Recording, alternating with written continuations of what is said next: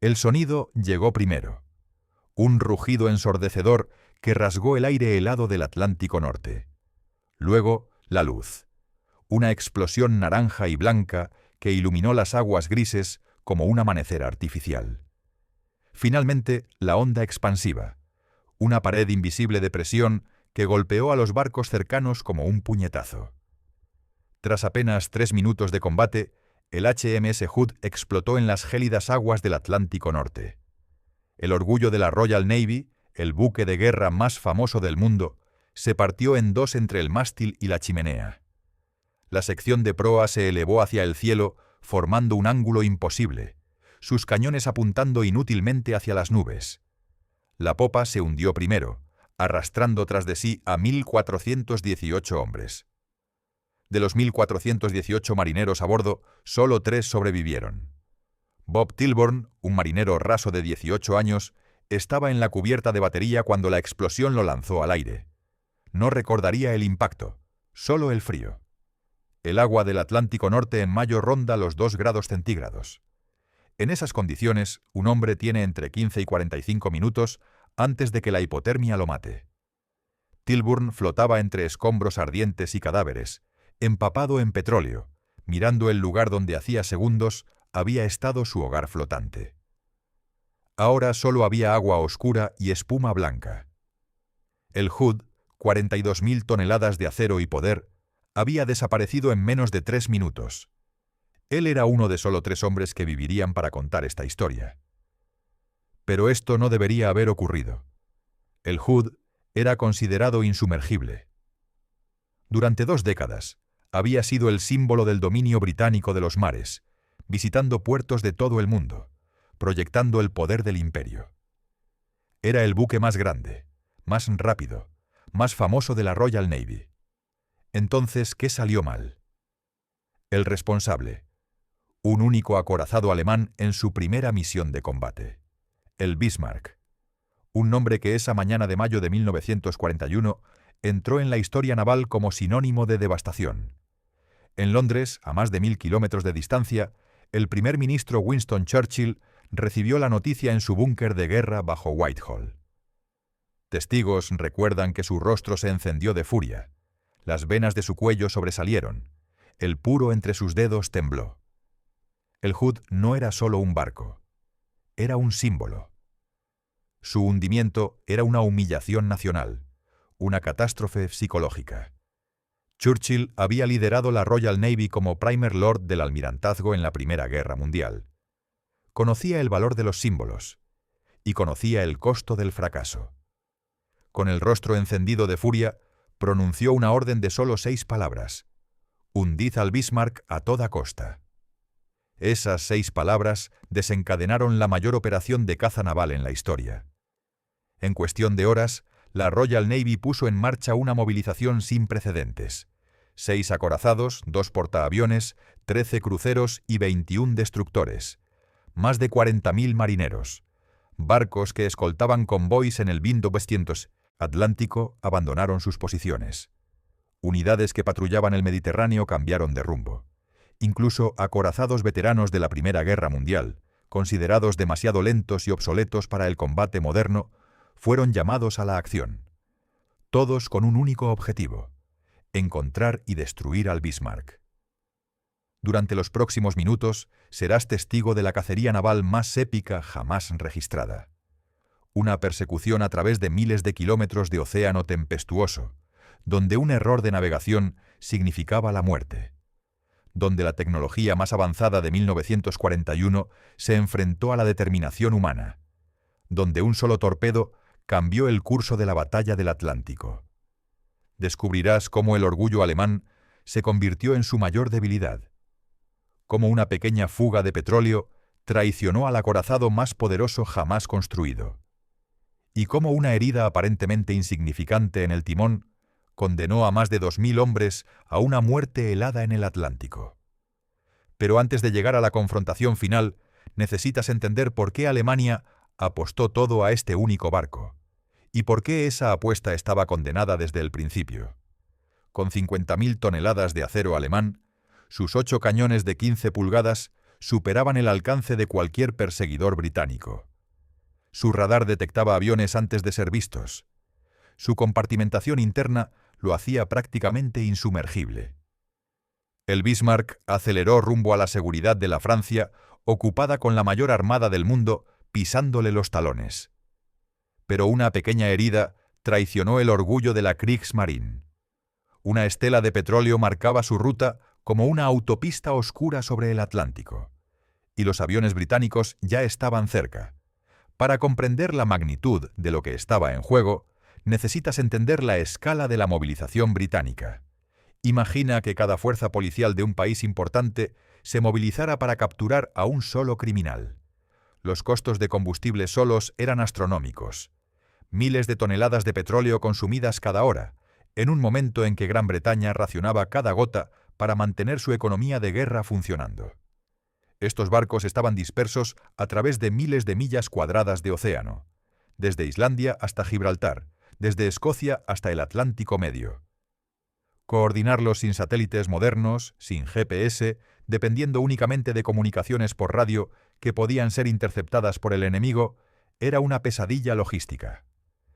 Los almirantes británicos trabajaban con mapas de papel y reglas de cálculo, estimando posiciones, velocidades, puntos de interceptación.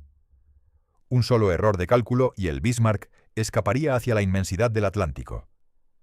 El almirante John Tobey, comandante en jefe de la flota del Atlántico, enfrentaba un problema geométrico letal. El Atlántico Norte cubre aproximadamente 41 millones de kilómetros cuadrados. El Bismarck era un punto de 251 metros en esa inmensidad. Encontrarlo sin avistamiento visual directo o contacto por radar era como buscar una aguja en un pajar del tamaño de Europa. Pero Tobey tenía ventajas. El Bismarck necesitaba combustible, y los británicos conocían las posiciones de los buques de suministro alemanes. El Bismarck necesitaba llegar a Francia, y solo había ciertos puertos con instalaciones adecuadas. Esto limitaba sus opciones, convertía el océano infinito en un tablero de ajedrez finito. Si los británicos podían predecir su destino y calcular su velocidad, podían posicionar sus piezas para el jaque mate. Ahora, sobre el Bismarck mismo. Sus capacidades no eran propaganda, eran aterradoramente reales. Los cañones principales de 15 pulgadas podían disparar proyectiles de 800 kilogramos a más de 35 kilómetros de distancia. Para poner esto en perspectiva, podrías pararte en el centro de Londres y alcanzar objetivos cerca del aeropuerto de Heathrow. Y esos proyectiles no eran simples explosivos. Eran diseños perforantes especializados, con carcasas endurecidas que podían penetrar 30 centímetros de acero blindado antes de explotar. Cuando impactaban, creaban una combinación letal de metralla supersónica, onda expansiva y fuego. El blindaje del Bismarck era igualmente impresionante.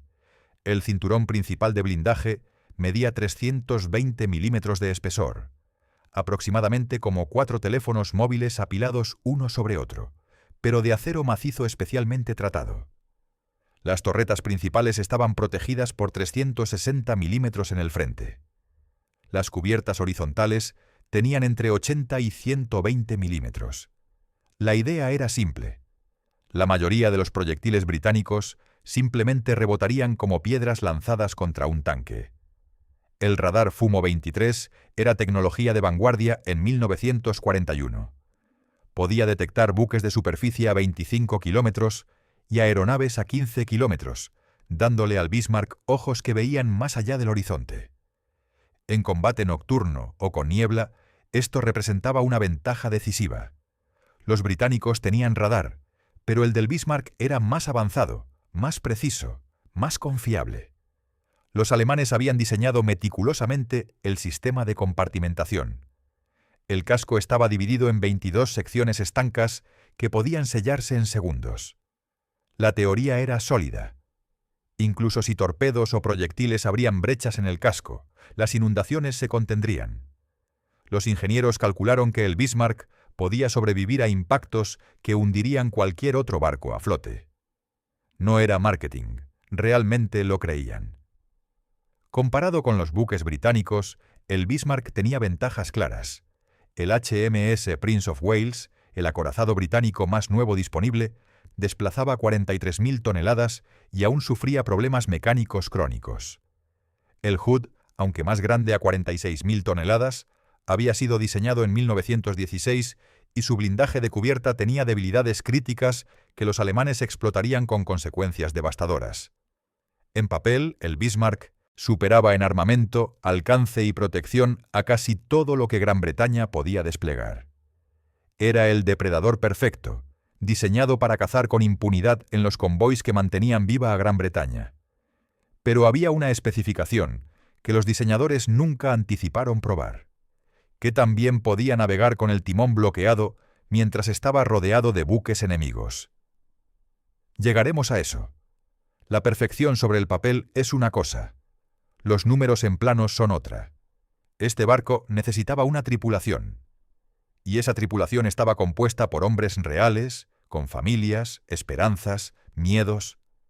Cuando fue finalmente comisionado en agosto de 1940, el capitán Ernst Lindemann asumió el mando.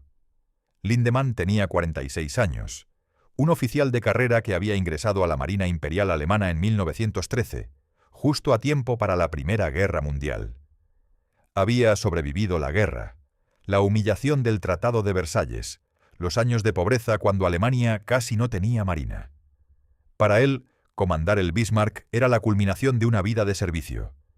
Y una presión enorme. Adolf Hitler había aprobado personalmente su nombramiento. Lindemann sabía que el mundo estaba observando. Cualquier error sería magnificado, cualquier fracaso sería imperdonable. El destino de la Kriegsmarine como fuerza naval creíble dependía del éxito de esta misión. Lindemann era conocido como firme pero justo. A diferencia de algunos oficiales nazis, priorizaba la marinería sobre la ideología.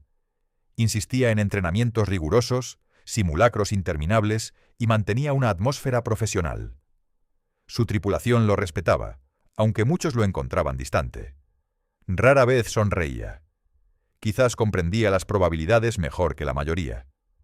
Bajo su mando, servían más de 2.200 hombres. Pensemos en eso, 2.200 vidas. Una pequeña ciudad flotante. Cada uno tenía una historia. El miembro más joven de la tripulación tenía 17 años, apenas salido de la adolescencia, probablemente mintiendo sobre su edad para alistarse, buscando aventura o simplemente escapando de la pobreza. El mayor era un marinero veterano de más de 50 años, que había servido en la batalla de Jutlandia en 1916. Había tripulaciones de sala de máquinas que trabajaban en calor de 40 grados centígrados, rodeados del rugido constante de turbinas que generaban 150.000 caballos de fuerza. Artilleros antiaéreos que pasaban horas en cubiertas abiertas, expuestos al clima del Atlántico Norte, escaneando cielos grises en busca de aviones enemigos.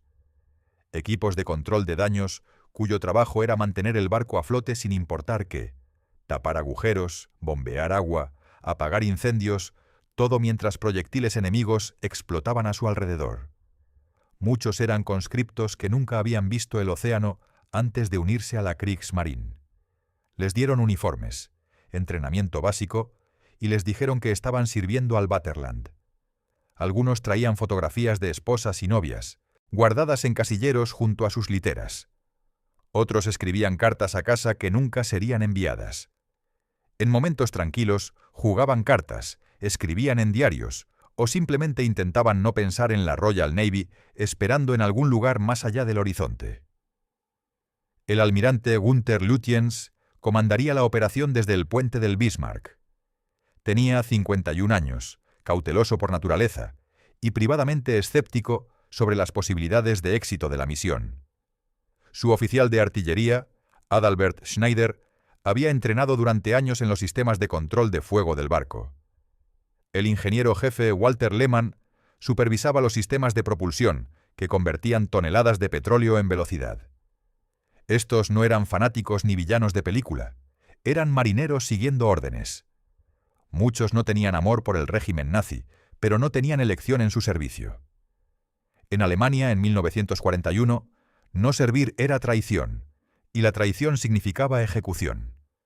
Durante la próxima semana, Más de 2000 de ellos morirían en agua helada, lejos de casa, en una batalla que cambiaría la guerra naval para siempre. Sus cuerpos nunca serían recuperados. Sus familias recibirían telegramas estériles. Muerto en acción, sirvió con honor. Nada más. Pero la historia de cómo llegaron allí comienza con una serie de retrasos que deberían haber sido señales de advertencia. A pesar de la urgencia de Hitler y la Kriegsmarine por poner al Bismarck en servicio, las pruebas iniciales revelaron una falla preocupante que debería haber detenido toda la operación. Durante las pruebas de mar en el Báltico, los ingenieros descubrieron un problema crítico. La respuesta del timón del Bismarck era peligrosamente lenta. El barco necesitaba tanto manipulación de hélices como ajuste del timón para girar efectivamente. En situaciones de combate que requerían maniobras rápidas, esto podía ser letal. Peor aún, si el timón era dañado, el barco sería casi imposible de dirigir, usando solo los motores. Los ingenieros trabajaron frenéticamente para mejorar la hidráulica, pero el defecto fundamental de diseño permanecía. Imagina conducir un automóvil donde el volante tiene un retraso de 3 segundos. En una autopista tranquila, molesto pero manejable. En tráfico denso a alta velocidad, mortal. El Bismarck enfrentaba una versión náutica de este problema, y nadie sabía cómo solucionarlo sin un rediseño completo que tomaría meses. Mientras los ingenieros trabajaban, una cadena de obstáculos logísticos mantuvo al buque confinado. Primero llegó el accidente del canal de Kiel. Un buque mercante encalló, bloqueando la ruta durante 3 semanas. Luego, un invierno inusualmente duro congeló las áreas de entrenamiento. Los muelles estaban saturados con U-boats y buques de suministro siendo preparados para operaciones atlánticas. Cada retraso consumía la ventana operacional. Los vuelos de reconocimiento británicos se volvían más frecuentes. Cada semana en puerto era otra semana para que la inteligencia británica rastreara sus preparativos. Los agentes aliados en puertos alemanes contaban movimientos de combustible, alimentos, municiones. Cada dato era una pieza del rompecabezas que revelaba intenciones alemanas. Para Lindemann, los retrasos eran agonizantes. Observaba cómo el filo de entrenamiento agudo de su tripulación se embotaba con la inactividad. La moral sufría. Algunos hombres recibían permiso y regresaban con historias de bombardeos aliados sobre ciudades alemanas. La tripulación sabía que cada mes que pasaba daba a los británicos más tiempo para prepararse. Lindemann envió reporte tras reporte al mando naval, pero la respuesta de Berlín era siempre la misma: esperar. Esperar mejores condiciones. Esperar más buques de apoyo. Esperar que la situación estratégica mejorara. Excepto que la situación estratégica no mejoraba, se deterioraba. Para la primavera de 1941, la posición naval alemana se estaba desmoronando. Los cruceros de asalto que habían aterrorizado el transporte aliado en 1940 estaban siendo hundidos o embotellados en puertos franceses. Las pérdidas de U-boats aumentaban a medida que las tácticas antisubmarinas británicas mejoraban. La ventana de oportunidad de la flota de superficie se cerraba. Si el Bismarck no zarpaba pronto, podría nunca tener la oportunidad. Si Lindemann hubiera sabido lo que se avecinaba, si hubiera sabido que un timón atascado sellaría el destino de su barco, podría haber insistido en que el problema fuera completamente rediseñado. Pero el tiempo se agotaba, y Berlín exigía acción. El problema de dirección fue notado, sorteado y finalmente archivado. Demostraría ser una sentencia de muerte. Hitler mismo exigía resultados.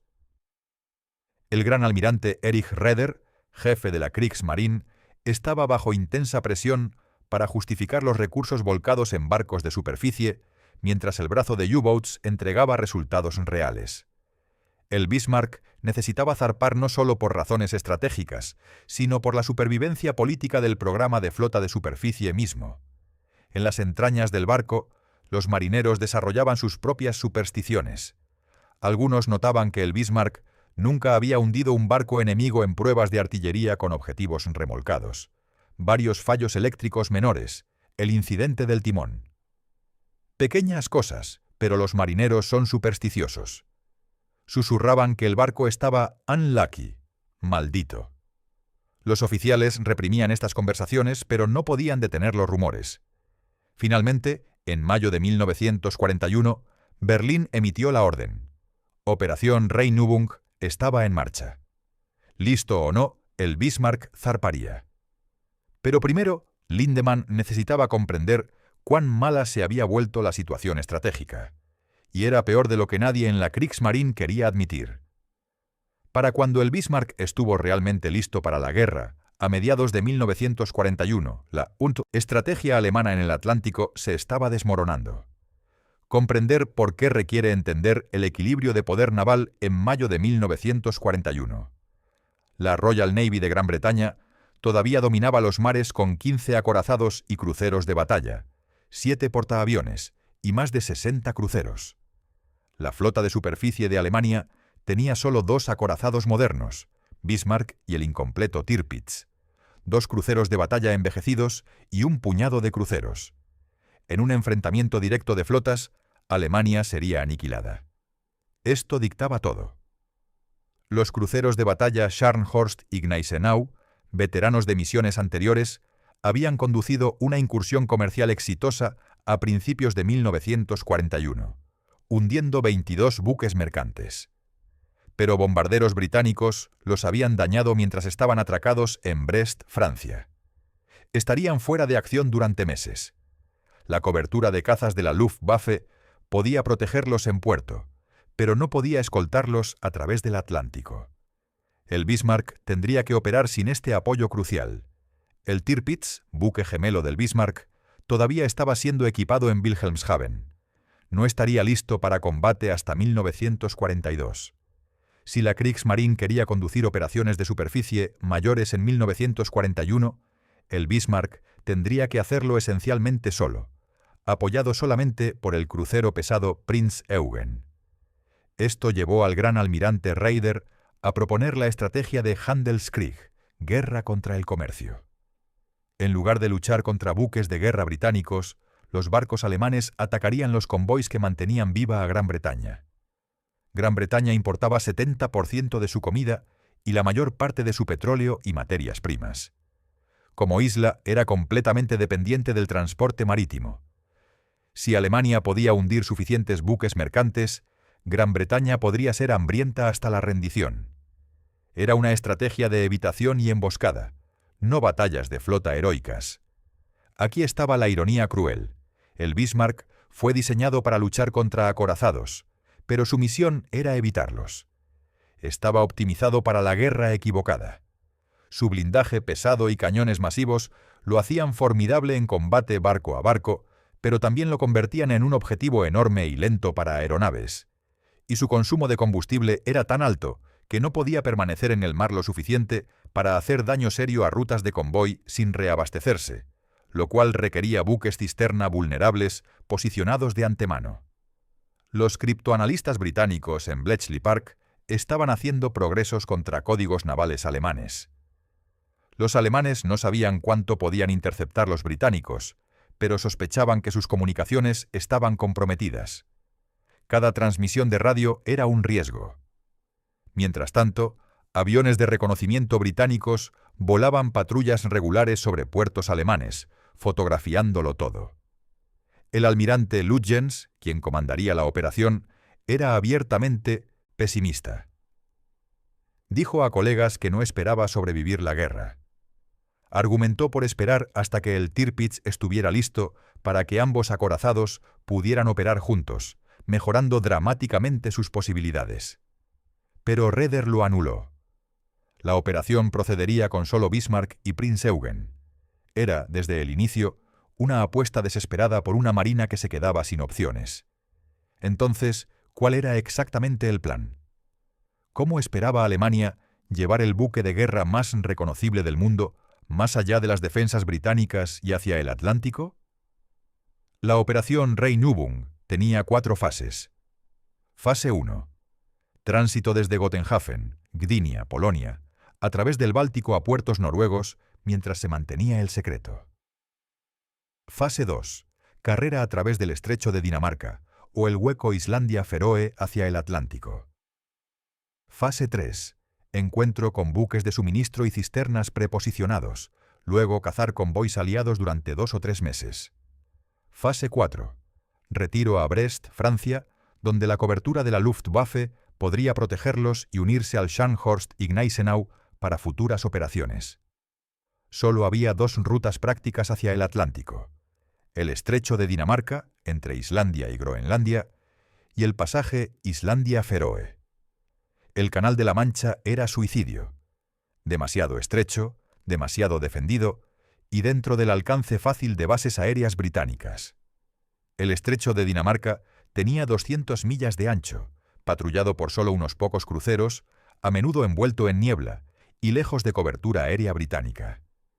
Era la elección obvia, lo que significaba que los británicos estarían observándolo. Alemania había posicionado 7 buques de suministro y cisternas a través del Atlántico: Weissenburg, Eso-Hamburg, Egerland, Heide, Friedrich Brehme, Lothringen y Belchen. Estos llevaban combustible, municiones, comida y repuestos. El plan era que el Bismarck atacara durante varias semanas, reabasteciera en el mar y continuara operaciones indefinidamente. Esta red era el arma secreta de Alemania, excepto que la inteligencia británica ya conocía varios de estos barcos y los estaba cazando. Lütjens tenía órdenes claras: evitar enfrentar buques capitales enemigos a menos que fuera necesario. Si era confrontado por acorazados o cruceros de batalla, desengancharse y escapar. La misión era asalto comercial, no buscar gloria. Cada proyectil disparado a un buque de guerra era un proyectil no disponible para buques mercantes. Cada día pasado en combate era un día perdiendo combustible.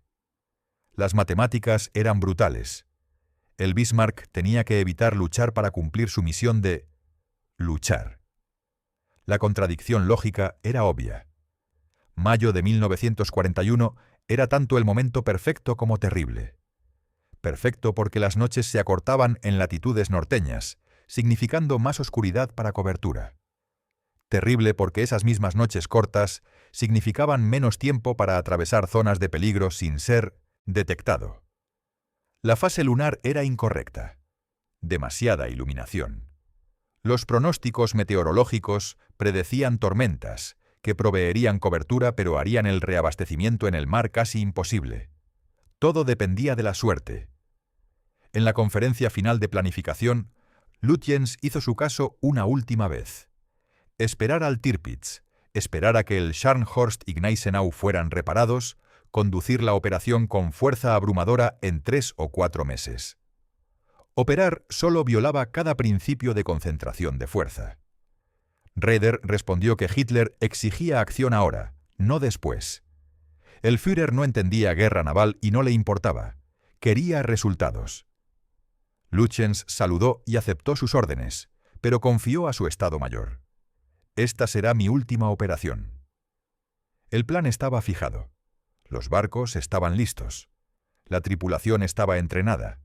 Todo estaba preparado. Todo excepto una cosa que nadie podía controlar: la suerte.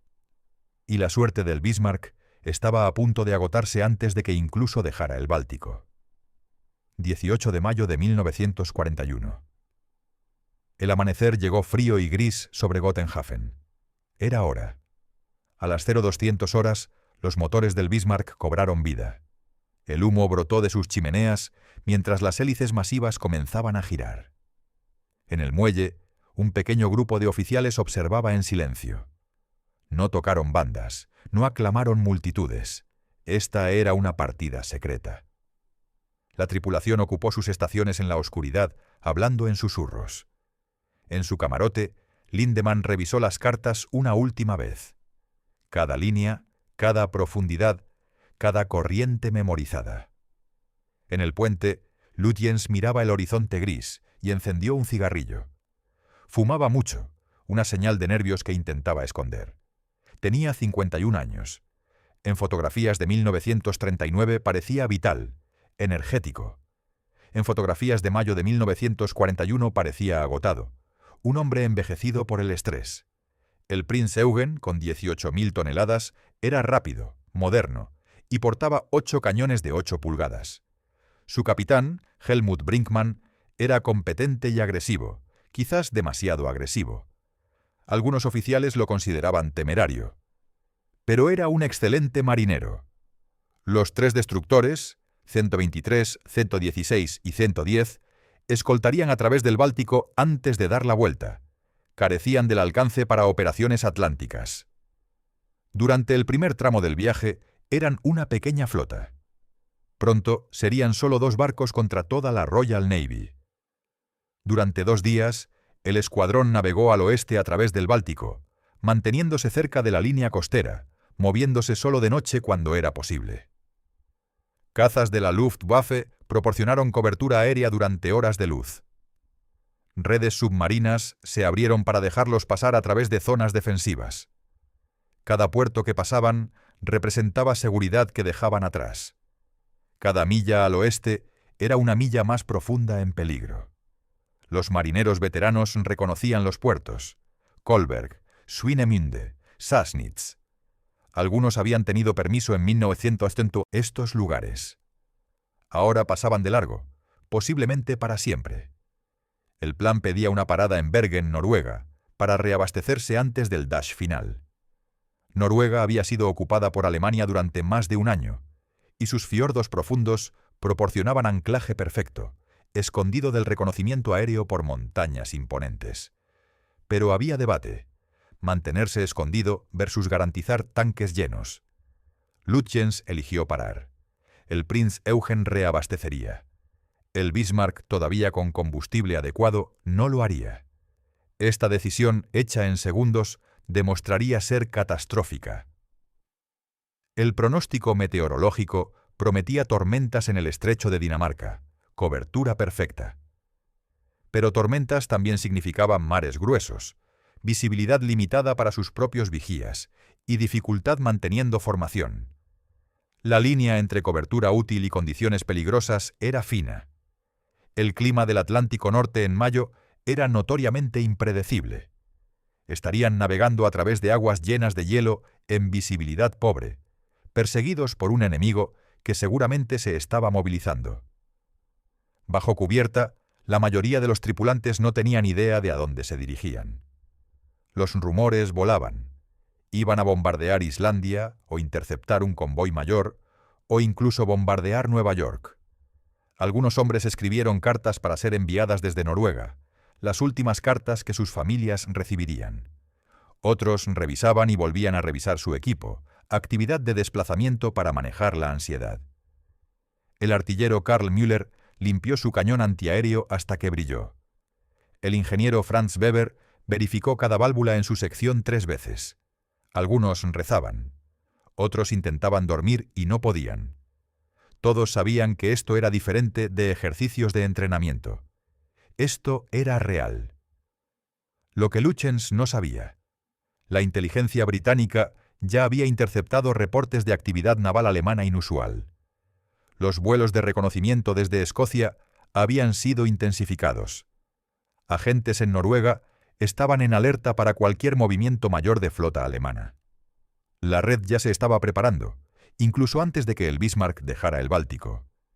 El secreto, la fundación de toda la operación, ya estaba comprometido. El 20 de mayo, el escuadrón entró en aguas noruegas. Bergen estaba justo adelante. Seguridad, combustible y el punto de no retorno. Pero en ese momento exacto, a 800 millas al oeste, un capitán de crucero sueco estaba tomando una decisión que cambiaría todo. A las 1300 horas del 20 de mayo, el crucero sueco HSWMS Gotland estaba conduciendo patrulla rutinaria en el estrecho de Kattegat, cuando sus vigías detectaron humo en el horizonte. El capitán Nilsson levantó sus binoculares y vio algo que heló su sangre: 2 buques de guerra masivos y escoltas de destructores, ondeando insignias alemanas, navegando a alta velocidad a través de aguas territoriales suecas. Por ley internacional, Suecia era neutral. Pero esto era oro de inteligencia.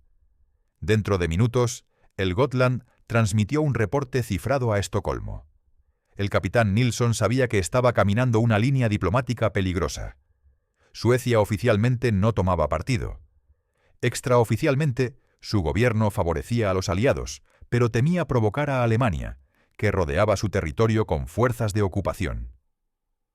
Suecia caminaba una cuerda floja diplomática en 1941. Oficialmente neutral, rodeada de territorio ocupado por alemanes, dependiente del comercio con ambos lados, el gobierno sueco intentaba satisfacer a todos y antagonizar a nadie. Pero la inteligencia militar sueca tenía un entendimiento tranquilo con la inteligencia británica. Avistamientos importantes eran filtrados a través de canales diplomáticos. El reporte del Gotland llegó al Comando Naval sueco, que informó al Ministerio de Relaciones Exteriores, que lo mencionó durante una conversación diplomática con el agregado naval británico, quien lo transmitió a Londres. Todo muy extraoficial, todo muy efectivo. En el puente del Bismarck, los operadores de radio interceptaron la transmisión del Gotland. No podían decodificarla, pero sabían lo que significaba. Habían sido avistados y reportados. Lutyens fue informado inmediatamente.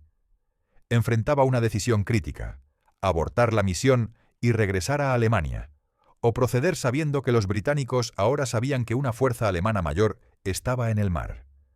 Consultó con Lindemann. Ambos hombres sabían que abortar significaría fracaso, humillación y posiblemente el fin de sus carreras. Hitler no perdonaba fracasos.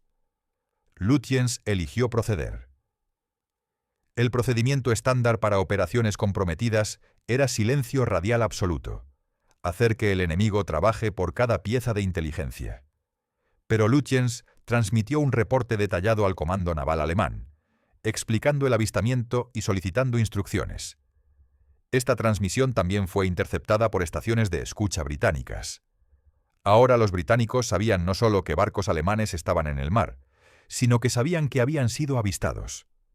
Cada transmisión proporcionaba más información. La fuerza de señal indicaba ubicación, la longitud de transmisión sugería complejidad de mensaje, y el análisis de voz podía identificar operadores y barcos específicos.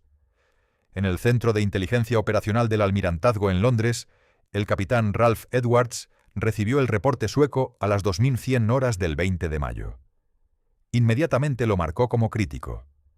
2 buques de guerra alemanes grandes transitando hacia el Atlántico significaba solo una cosa: operación de asalto comercial inminente. Redactó una alerta a todas las estaciones de comando atlántico.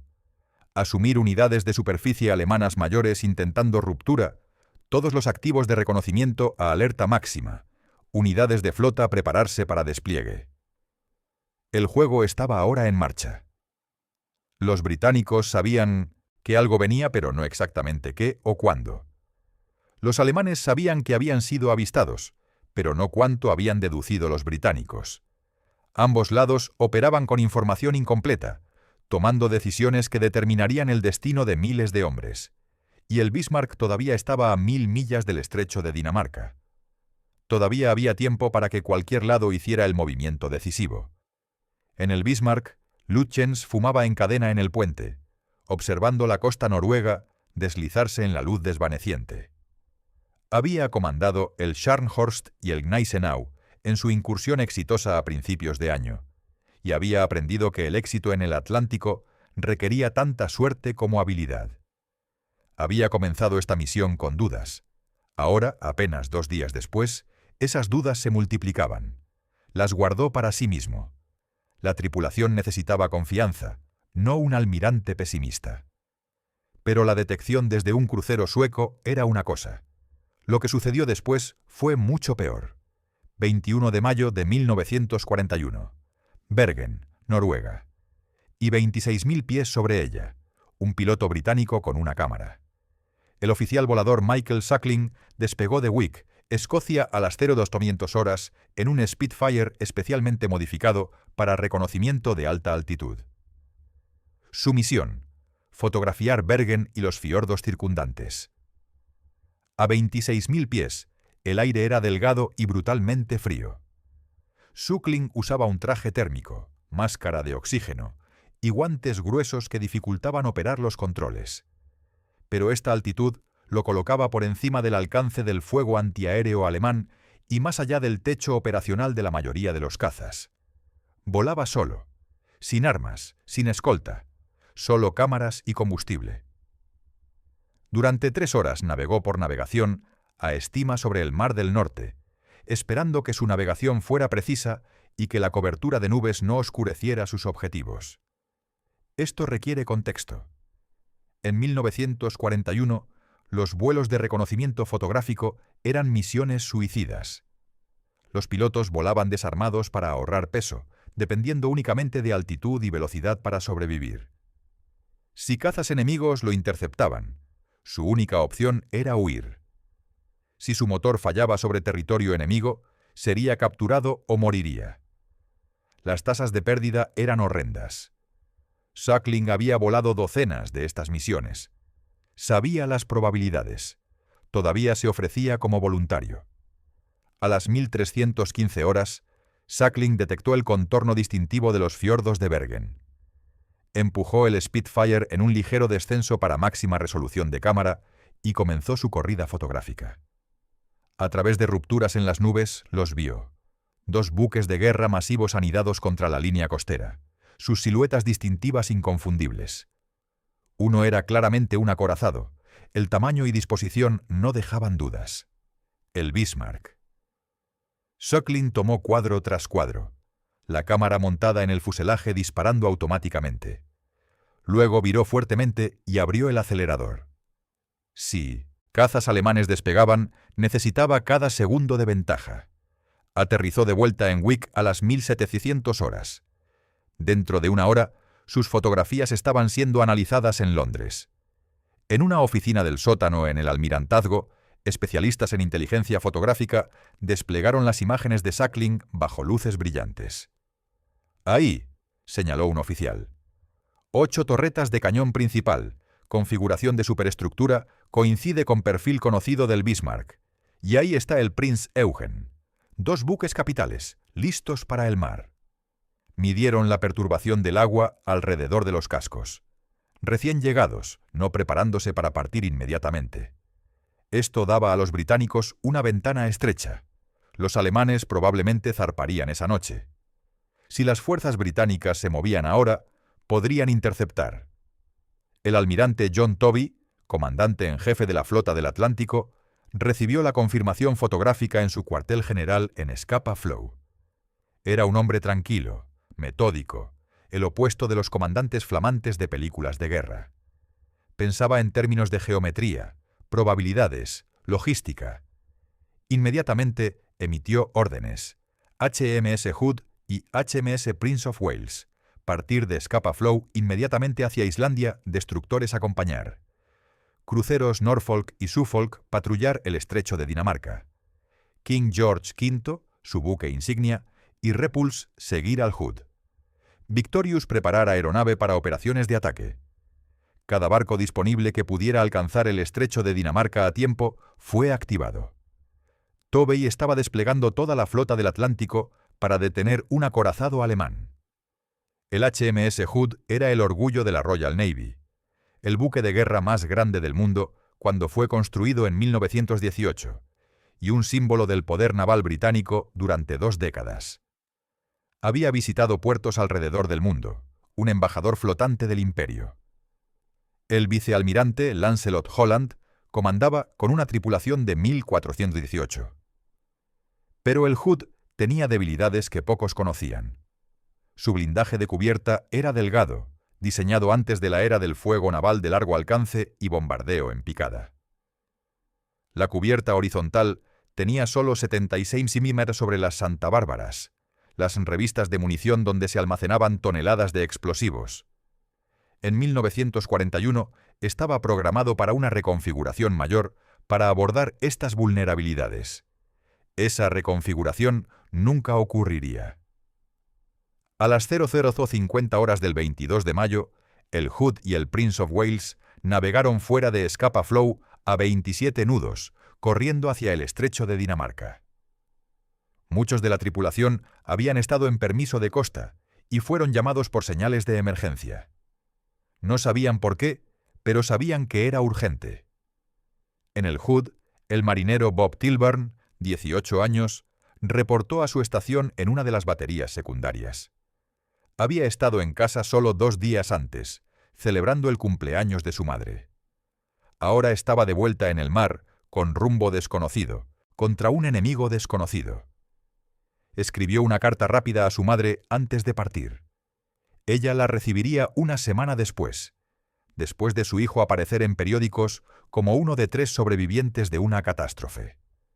En Bergen, mientras caía la noche del 21 de mayo, el cisterna Bolin se movió al lado del Prinz Eugen y comenzó operaciones de reabastecimiento. Las mangueras de combustible fueron conectadas, las bombas rugieron, y petróleo negro fluyó hacia los tanques del crucero. Lindemann se acercó a Lutyens con una recomendación: reabastecer al Bismarck también. Habían consumido más de lo esperado durante el tránsito báltico, y la política permanente era reabastecer en cada oportunidad. Lutyens consideró, luego declinó. El Bismarck todavía tenía 90% de su capacidad de combustible, más que suficiente para el cruce del estrecho de Dinamarca y operaciones iniciales. Reabastecer tomaría horas durante las cuales bombarderos británicos podrían atacar. Quería minimizar tiempo en puerto. Parecía una decisión razonable. Era realmente catastrófica. Con tanques llenos, el Bismarck podría haber navegado durante semanas. Tenía alcance para cruzar el Atlántico 2 veces. Con 90% tenía menos margen para error. Y la fuga de combustible del daño de batalla haría que ese margen desapareciera completamente. Más tarde, los historiadores debatirían esta decisión interminablemente. ¿Fue arrogancia? ¿Impaciencia? ¿Mala suerte? Probablemente una combinación. Pero en ese momento, con información incompleta y presión enorme, Lutyens tomó lo que parecía una elección racional. Mientras los barcos alemanes se preparaban para zarpar, ni Lutyens ni Lindemann sabían que su ruta, su destino, su plan operacional, todo estaba ahora conocido o deducido por inteligencia británica. Pensaban que estaban lanzando un ataque sorpresa. Realmente estaban navegando hacia una trampa. Los británicos no podían saber el momento exacto, pero sabían las rutas más probables y habían posicionado fuerzas en consecuencia. La única pregunta era si esas fuerzas podían encontrar al Bismarck en la vasta extensión del Atlántico Norte. A las 2300 horas del 21 de mayo, el Bismarck y el Prinz Eugen partieron de Bergen. Adelante de ellos yacían 1000 millas de agua cada vez más peligrosa. Detrás de ellos dejaban su último puerto seguro. Nunca verían tierra de nuevo. Pero Lutyens tenía una carta más por jugar. El pronóstico meteorológico prometía tormentas y niebla en el estrecho de Dinamarca. Si podían atravesar ese pasaje estrecho sin ser detectados, tendrían todo el Atlántico para cazar. Era un gran sí. La mañana del 22 de mayo, los destructores que escoltaban al Bismarck dieron la vuelta. No tenían autonomía suficiente para operar en el Atlántico. Los tripulantes en los destructores observaron al Bismarck y al Prinz Eugen desaparecer hacia el horizonte occidental. Algunos se preguntaban si los verían de nuevo. No lo harían. Desde ese momento, el Bismarck y el Prinz Eugen navegaban solos, sin escolta, sin apoyo, solo 2 barcos contra la Royal Navy. El clima se volvía cada vez más hostil a medida que avanzaban al norte. Lutyens lo consideraba una ventaja. Cuantos menos ojos británicos sobre ellos, mejor. Pero el mal clima era un arma de doble filo. Proporcionaba ocultamiento, pero también hacía la navegación peligrosa y el reabastecimiento en el mar casi imposible. El Atlántico Norte en mayo es traicionero. Tormentas surgen de la nada. La visibilidad puede caer a metros en minutos. Icebergs derivan hacia el sur desde Groenlandia, masas flotantes de hielo que pueden hundir un barco tan efectivamente como cualquier torpedo. A bordo del Bismarck, sabiendo que cruceros enemigos podrían estar merodeando tras la niebla, la tripulación se preparó para combate.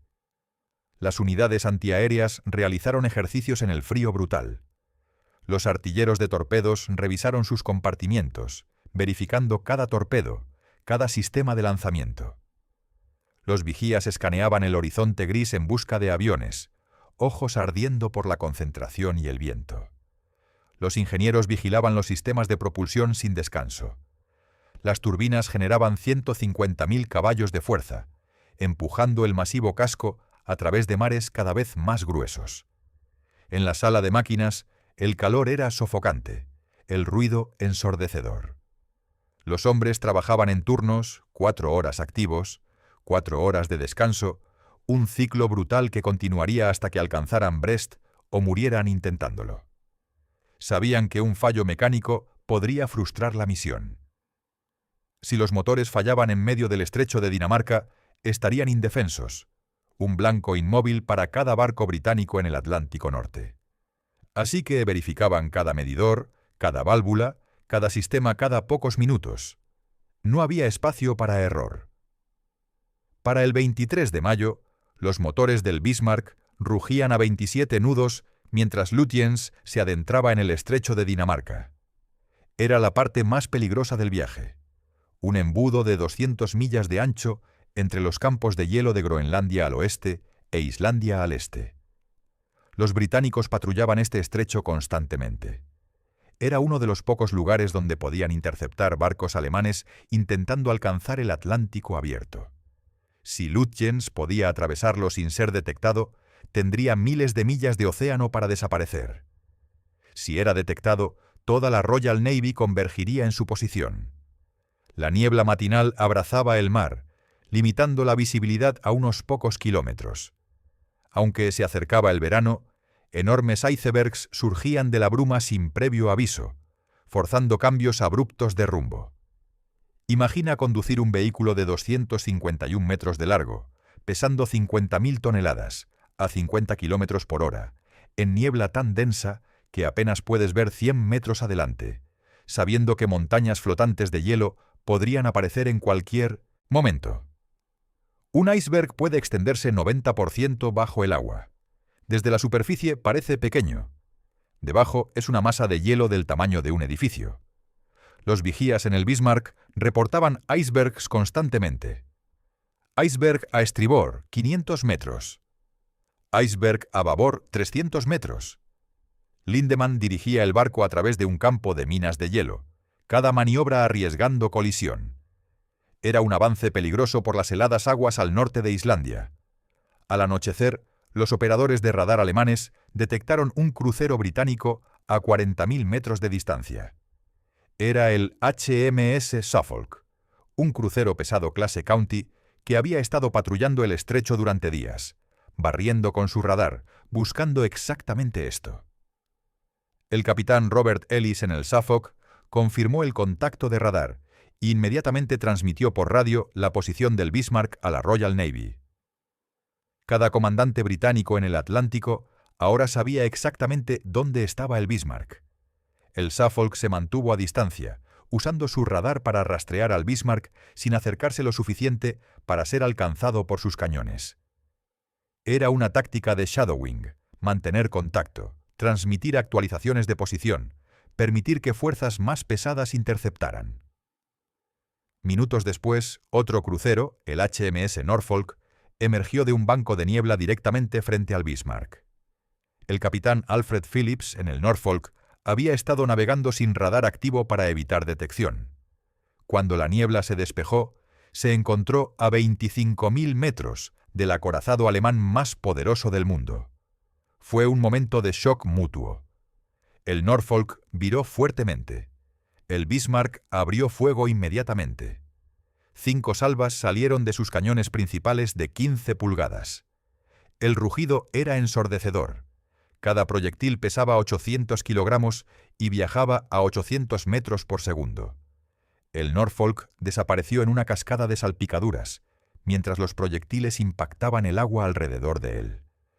3 proyectiles golpearon sobre las cubiertas del Norfolk, destruyendo equipo de radar, matando a varios marineros, iniciando incendios menores. El Norfolk rápidamente generó una cortina de humo y desapareció en la niebla gris. Había tenido suerte. Unos pocos proyectiles más y podría haber sido hundido. Pero el retroceso de los cañones de 15 pulgadas fue tan brutal que inutilizó el propio radar del Bismarck. Los delicados componentes electrónicos no fueron diseñados para soportar el shock de disparos de artillería principal. Cada salva sacudía todo el barco, y el equipo de radar montado en la superestructura delantera absorbió el peor de la vibración. Lutyens ordenó entonces al Prinz Eugen avanzar para hacer de ojos del escuadrón. El Prinz Eugen, con radar intacto, tomaría la posición de liderazgo. El Bismarck seguiría detrás. Era una inversión táctica, el crucero liderando al acorazado, pero necesaria. Luego Lutyens ejecutó una audaz maniobra de 180 grados para tratar de emboscar a Mindastosintapast, sus perseguidores. Si podía atraer al Suffolk o Norfolk a rango cercano, podría destruirlos rápidamente. Sin los cruceros haciendo shadowing, los británicos perderían contacto. Pero el radar del Suffolk detectó la jugada, y el capitán Ellis reaccionó a tiempo, virando lejos, manteniendo distancia, manteniendo contacto de radar. Lutyens persiguió brevemente, luego se dio por vencido. Gastar combustible persiguiendo cruceros rápidos no era parte del plan de misión. Así, durante toda la noche del 23-24 de mayo, ambas fuerzas intercambiaron movimientos en la oscuridad. El Bismarck intentaba evadir. El Suffolk y Norfolk mantenían contacto, transmitiendo actualizaciones de posición cada media hora. En el almirantazgo en Londres, los oficiales trazaban las posiciones en mapas grandes. El Bismarck se dirigía al suroeste a aproximadamente 28 nudos. El Hood y el Prince of Wales se acercaban desde el sureste a 27 nudos. Geometría simple mostraba que interceptarían alrededor del amanecer del 24 de mayo. Tovey, en el King George V, estaba demasiado lejos para alcanzar la batalla inicial, pero había posicionado sus fuerzas perfectamente. El Hood y el Prince of Wales bloquearían al Bismarck desde el sur. El Suffolk y Norfolk lo rastrearían desde atrás. El Bismarck sería atrapado entre fuerzas británicas y forzado a luchar. A las 05:45 horas de la madrugada del 24 de mayo, bajo luz gris de preamanecer, los vigías del Bismarck avistaron humo en el horizonte. 2 columnas, moviéndose rápido, cerrando distancia. «Zwei Schiffe, bearing 310», gritó el vigía. Lutyens levantó sus binoculares. A través de la niebla distinguió 2 siluetas masivas. Sus estelas cortaban la superficie oscura del estrecho de Dinamarca como cuchillos. El líder era inconfundible. Superestructura alta, 3 chimeneas, el perfil distintivo del HMS Hood. Lutyens bajó los prismáticos. Su rostro estaba pálido pero compuesto. Ordenó puestos de combate de inmediato. «Gefechtsalarm». Las alarmas sonaron a través del Bismarck. En todo el barco, los hombres corrieron a sus posiciones. Se cerraron escotillas. Las dotaciones de cañones se prepararon, cargando proyectiles de 800 kilogramos en las torretas. Los equipos de control de daños verificaron bombas, mangueras, equipo de sellado. Los equipos médicos prepararon estaciones de primeros auxilios. En segundos, el Bismarck se transformó de barco de tránsito a máquina de combate. En sus literas, marineros que habían estado durmiendo se despertaron a la alarma. Algunos rezaron. Otros simplemente se pusieron sus cascos y corrieron. No había tiempo para miedo, solo acción. 7 minutos después, desde 28.000 yardas, aproximadamente 25 kilómetros, el Hood abrió fuego. El rugido de 9 cañones de 15 pulgadas rodó a través del agua como trueno. Proyectiles gigantes arquearon alto en el cielo, alcanzando la cima de sus trayectorias kilómetros sobre el océano, luego descendiendo hacia sus objetivos. El Prince of Wales abrió fuego 1 minuto más tarde. Ambos barcos británicos disparaban a objetivos distintos, una decisión táctica que dividiría su fuego pero permitiría enfrentar ambas amenazas alemanas. Excepto que hubo confusión. El Hood, en el frente, apuntaba por error al Prinz Eugen en lugar del Bismarck. Los 2 barcos alemanes tenían siluetas similares a larga distancia, especialmente en luz pobre, y el Prinz Eugen estaba en el liderazgo. Los artilleros del Hood dispararon 3 salvas al objetivo equivocado antes de que los oficiales se dieran cuenta del error y cambiaran objetivos. Mientras tanto, los alemanes devolvieron fuego. El Prinz Eugen abrió fuego primero, sus cañones de 8 pulgadas apuntando al Hood. El Bismarck siguió, sus 8 cañones de 15 pulgadas entregando salvas masivas hacia ambos barcos británicos. Los barcos británicos se acercaban de frente, un enfoque llamado cerrar la distancia, utilizando solo sus cañones delanteros. Los alemanes, en posición lateral, llamada lado ancho, podían usar todas sus torretas a la vez. Era una desventaja táctica para los británicos, pero Holland esperaba cerrar distancia rápidamente para usar su batería completa y reducir el tiempo bajo fuego a largo alcance. El problema era el blindaje del Hood. Su cubierta horizontal era delgada. A largo alcance, los proyectiles enemigos caían en arcos altos, golpeando la cubierta en lugar de los lados. Esto era exactamente lo que Holland quería evitar. Pero cerrar distancia requería tiempo, y tiempo significaba exposición. Proyectiles llovían alrededor de ambas fuerzas. Columnas masivas de agua erupcionaban donde los proyectiles fallaban, algunas de 30 metros de alto. El sonido era continuo, ensordecedor. El rugido de cañones, el silbido de proyectiles, el crash de agua. El primero en impactar fue el Prinz Eugen. Un proyectil de 8 pulgadas golpeó el Hood cerca de la base del mástil principal, penetrando la cubierta y provocando un incendio bajo cubierta. Municiones de misiles antiaéreos estallaron, sumiendo a la tripulación en caos de gritos y carreras para contener las llamas. Holland ordenó girar a babor para activar la batería trasera del Hood. Ahora ambos barcos británicos podrían concentrar fuego completo en el Bismarck. En el puente del Bismarck, los artilleros afinaban la puntería. El sistema de control de fuego alemán era excelente, usando rangos de radar y computadoras mecánicas para calcular deflexión, velocidad de objetivo, viento, temperatura. Tras varios intentos encontraron el rango. La batería principal del Bismarck abrió fuego a máxima velocidad contra el Hood. 8 cañones de 15 pulgadas lanzaron salvas cada 20 segundos. Los cañones secundarios de 5.9 pulgadas disparaban sobre el Prince of Wales. Holland intentó otro giro, pero seguía en desventaja táctica. El Prinz Eugen redirigió sus disparos, castigando al Prince of Wales con impactos que encendieron fuegos en 1910, sus cubiertas expuestas. Lütjens, viendo la ventaja, posicionó al Prinz Eugen detrás del Bismarck. Ambos barcos alemanes ahora concentraban fuego en el Hood. A las 0600 horas exactamente, justo cuando el Hood iniciaba otra maniobra para cerrar distancia, un proyectil perforante de 800 kilogramos del Bismarck, disparado desde aproximadamente 15 kilómetros, arqueó alto sobre el océano y descendió casi verticalmente. Golpeó la cubierta trasera del Hood a velocidad supersónica. Penetró los 76 milímetros de blindaje de cubierta como un cuchillo a través de papel.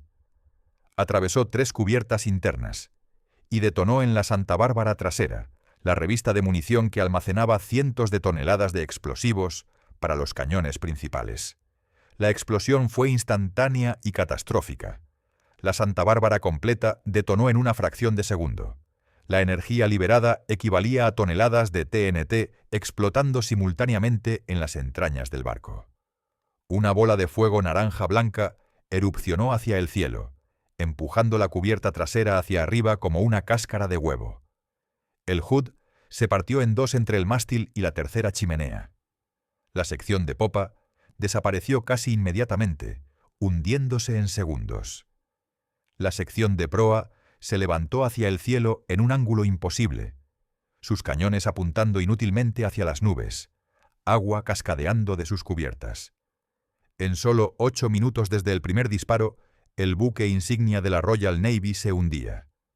Bob Tilburn, en su estación de batería secundaria, fue lanzado al aire por la explosión. No recordaría volar, solo el impacto del agua helada. Cuando emergió a la superficie, el Hood había desaparecido. Solo escombros flotantes, petróleo ardiente y unos pocos hombres gritando en el agua. De 1.418 hombres, solo 3 sobrevivieron. Bob Tilburn, el marinero ordinario Ted Briggs y el marinero Bill Dundas. Ellos testificarían más tarde que el barco se hundió en menos de 3 minutos. La mayoría de la tripulación estaba atrapada dentro, llevados al fondo del Atlántico en segundos. Un silencio helado cayó sobre las aguas antes de que comenzara el siguiente asalto. En el Bismarck hubo un momento de shock. Incluso los artilleros alemanes veteranos no podían creer lo que habían visto. El buque de guerra más famoso del mundo, el orgullo de la Royal Navy, desaparecido en minutos. Pero no había tiempo para contemplación. Con el Hood desaparecido bajo las olas, el Bismarck centró su artillería en el HMS Prince of Wales. Este era un objetivo más difícil, más nuevo, mejor blindado y consciente del peligro. El Prince of Wales logró algunos impactos sobre el Bismarck. Uno inundó una sala de generadores, cortando energía a algunos sistemas. Otro perforó la proa justo sobre la línea de flotación, permitiendo que cientos de toneladas de agua de mar entraran. Pero el Prince of Wales estaba claramente superado. Era su primer combate. Algunas de 1900 sus torretas todavía tenían técnicos civiles a bordo trabajando en problemas mecánicos.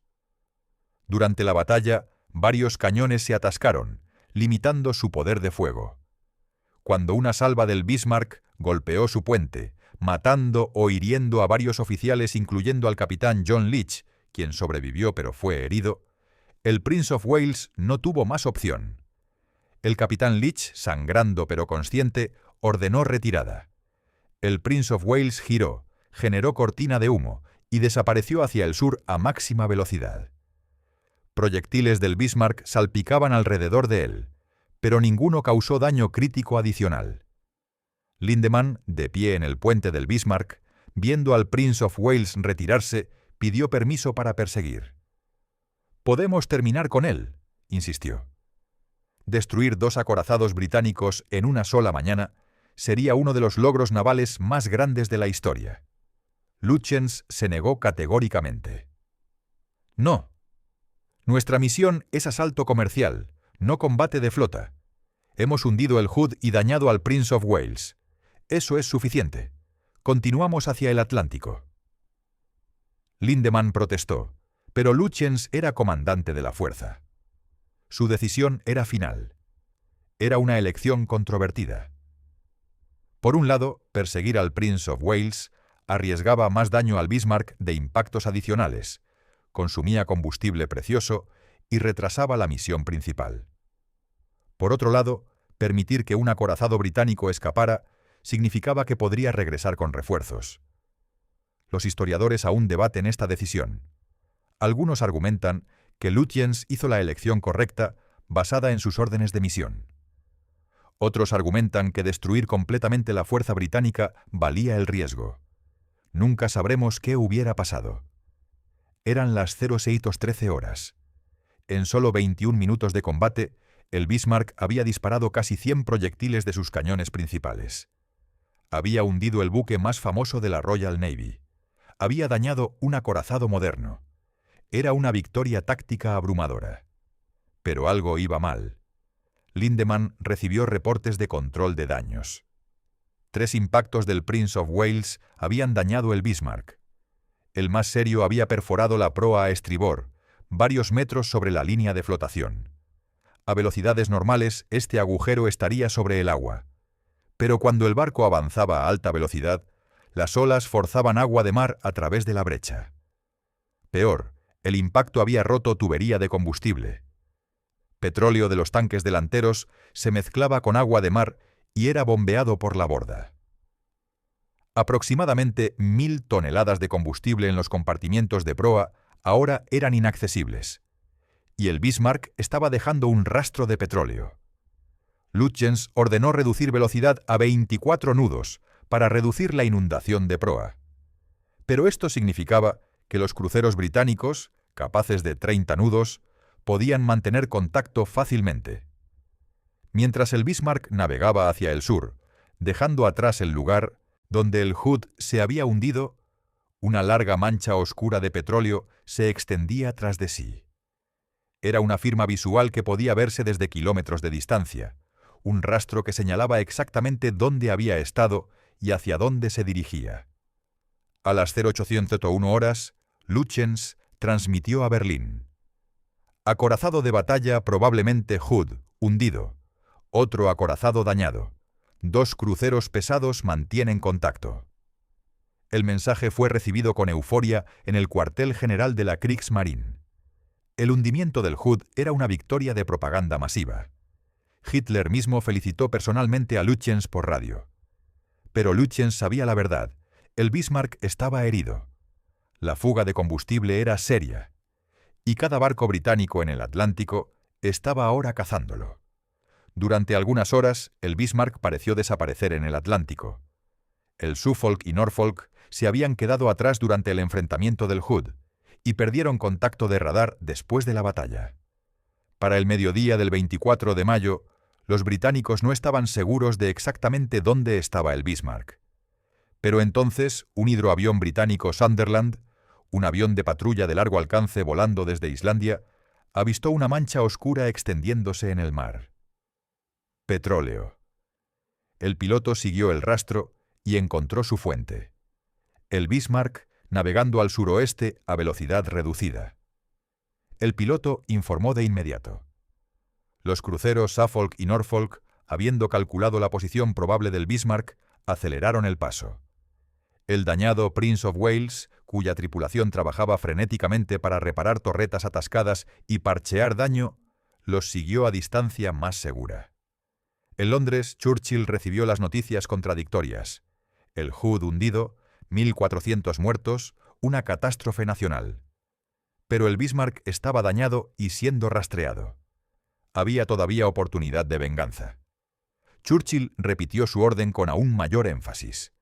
Hundid al Bismarck, no escatiméis esfuerzos, hundidlo.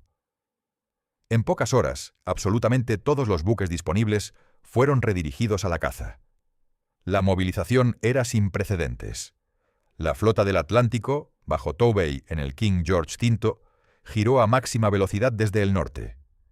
El acorazado HMS Rodney, que había estado escoltando un convoy hacia América, abandonó su convoy y cambió de rumbo hacia la posición del Bismarck. Cruceros ligeros barrieron áreas al sur del estrecho de Dinamarca. Incluso los veteranos acorazados clase Revenge, lentos y obsoletos pero todavía capaces de disparar proyectiles de 15 pulgadas, fueron llamados.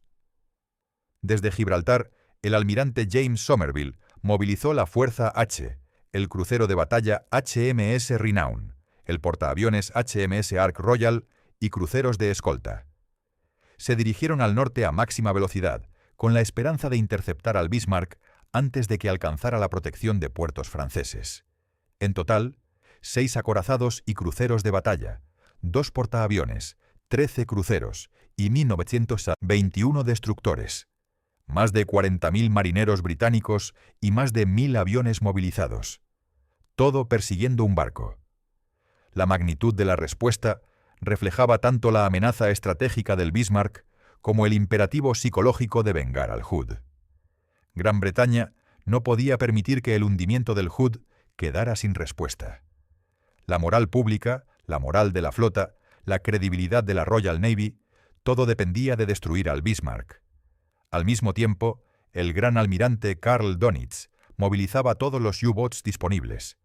5 submarinos al sur de Groenlandia fueron ordenados interceptar a los perseguidores británicos. Otro grupo avanzaba hacia la bahía de Vizcaya, formando una barrera defensiva para la llegada del Bismarck a Francia. El tablero de ajedrez estaba configurado. Las piezas convergían desde todas direcciones, y en el centro el Bismarck navegaba hacia el sur, dejando su rastro de petróleo, sus tripulantes agotados, sus tanques de combustible sangrando. Al anochecer del 24 de mayo, el Suffolk y el Norfolk mantenían su vigilancia a distancia prudente, sus radares barriendo constantemente. El Prince of Wales, todavía reparando daño, rezagado pero manteniéndose en contacto. Lütjens enfrentaba decisiones imposibles. Su velocidad reducida significaba que no podía escapar. Su combustible limitado significaba que no podía mantener operaciones de asalto comercial. El plan de misión original era imposible. Necesitaba un nuevo plan. Su única opción realista: hacer para Francia lo más rápido posible, llegar a Brest o Saint-Nazaire, donde la Luftwaffe podía proporcionar cobertura aérea, reparar el daño y quizás zarpar nuevamente una vez que el Scharnhorst y Gneisenau fueran reparados. Pero primero tenía que sobrevivir los próximos 1.500 kilómetros. Horas después, bajo lluvia torrencial y cielos cada vez más oscuros, aviones torpederos Swordfish del portaaviones HMS Victorious localizaron su objetivo. El Victorious había estado navegando a toda velocidad para alcanzar, sus aviones listos en cubierta. Los Swordfish eran obsoletos incluso en 1941. Biplanos de tela y madera, lentos, con cabinas abiertas, parecían más pertenecientes a la Primera Guerra Mundial que a la Segunda. Su velocidad máxima era de apenas 140 nudos. Bombarderos modernos volaban el doble de rápido. Pero tenían ventajas. Eran tan lentos que los sistemas de control de fuego antiaéreo alemanes, calibrados para aeronaves rápidas, tenían dificultad apuntando. Eran tan maniobrables que podían virar bruscamente, esquivando fuego. Y llevaban torpedos de 18 pulgadas capaces de abrir brechas masivas en cascos de barcos. Bajo el mando del teniente comandante Eugene Esmonde, 9 Swordfish despegaron del Victorious en mares gruesos. Varios casi se estrellaron al despegar, las olas sacudiendo violentamente la cubierta del portaaviones. Pero todos lograron volar. Volaron a través de lluvia intensa, navegando por radio baliza desde el 1950 Suffolk. Al anochecer encontraron al Bismarck. Las baterías antiaéreas del Bismarck se activaron instantáneamente. Docenas de cañones de 37 mm y 20 mm llenaron el cielo de trazadores. Proyectiles explotaban alrededor de los biplanos lentos, metralla desgarrando tela y madera. Los Swordfish descendieron rasantes sobre las olas, volando a apenas 15 metros sobre el agua, sorteando metralla. A esa altitud eran blancos difíciles, pero también era extremadamente peligroso. Un error menor y se estrellarían en el mar.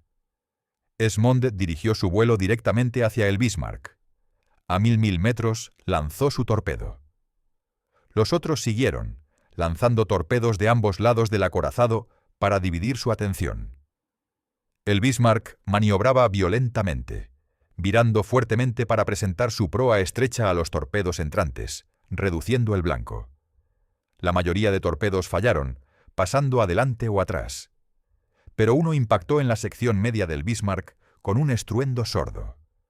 La sacudida fue brutal, tirando a los hombres al suelo, apagando luces temporalmente. Pero el torpedo había impactado el cinturón blindado principal, 300 centímetros de acero endurecido. La explosión abolló el blindaje pero no penetró. Daño superficial, nada crítico. Los Swordfish se retiraron en la oscuridad.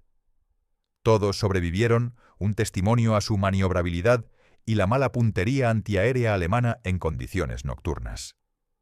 Pero el ataque había fallado en causar daño serio. Esa noche del 24 de mayo, Lütjens tomó una decisión crucial. No podía continuar hacia el sur indefinidamente con cruceros británicos rastreándolo. Necesitaba romper contacto. Decidió ejecutar una maniobra audaz, virar hacia el este, hacia Francia, mientras confundía a los británicos sobre su intención. A medianoche, el Bismarck giró bruscamente hacia el este. Al mismo tiempo, el Prinz Eugen se separó, continuando hacia el sur para conducir su propia misión de asalto comercial. Con el Bismarck claramente dañado y siendo cazado por toda la Royal Navy, no tenía sentido que ambos barcos permanecieran juntos. El Prinz Eugen desapareció en la noche. Alcanzaría eventualmente Brest después de su propia serie de aventuras, pero esa es otra historia. El Bismarck ahora estaba verdaderamente solo. Los cruceros británicos, rastreando por radar, notaron el cambio de rumbo pero lo interpretaron mal. Asumieron que el Bismarck estaba virando para atacarlos, o posiblemente retornando a Noruega. El almirante Tovey, recibiendo estos reportes, ajustó su curso basándose en la suposición de que el Bismarck iba al noreste hacia puertos noruegos. Era el error británico perfecto. Durante varias horas críticas, la Royal Navy navegó en la dirección opuesta a su objetivo. Decidido a informar su situación, Lütjens rompió el silencio radial y envió un detallado informe de 30 minutos a Berlín, describiendo la batalla, el daño del barco, su situación de combustible y sus intenciones. Fue un error catastrófico. Las estaciones de escucha británicas interceptaron la transmisión al instante. No podían decodificarla completamente, pero podían triangular su origen. Con ayuda de múltiples estaciones de dirección de radio, localizaron la posición del Bismarck con precisión razonable. Más importante, la duración y contenido permitió a analistas británicos deducir que Lütjens estaba reportando situación y problemas. Un comandante confiado no transmitiría durante 30 minutos. Solo alguien en problemas haría eso. Criptoanalistas en Bletchley Park trabajaron frenéticamente en fragmentos de la transmisión. Aunque no podían leer todo, identificaron referencias a combustible y Sankt Nazaire, un puerto en la costa francesa con uno de los pocos diques secos en Europa capaces de acomodar al Bismarck. Tovey, recibiendo esta inteligencia a las 1030 horas del 25 de mayo, se dio cuenta de su error. El Bismarck no iba a Noruega, iba a Francia. Inmediatamente ajustó curso, pero había perdido horas preciosas. El Bismarck ahora tenía una ventaja de casi 150 millas. Peor, la posición triangulada tenía un margen de error. Los oficiales de navegación en el King George V cometieron un error de trazado, colocando la posición del Bismarck más al norte de lo que realmente estaba. Basándose en esta posición incorrecta, Tovey ajustó curso a un rumbo que no interceptaría al Bismarck.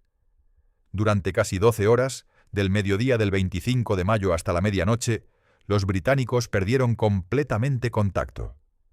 El Suffolk y Norfolk, habiendo consumido casi todo su combustible, tuvieron que abandonar la persecución y dirigirse a Islandia para reabastecer. El Bismarck, por primera vez desde el 23 de mayo, no estaba siendo rastreado. Navegaba solo a través del Atlántico Norte, todavía sangrando petróleo pero no rastreado, con rumbo a Francia. Si podía alcanzar el alcance de cobertura de cazas de la Luftwaffe, aproximadamente 200 millas de la costa francesa, estaría relativamente seguro. Los británicos no arriesgarían sus buques capitales contra ataques aéreos coordinados.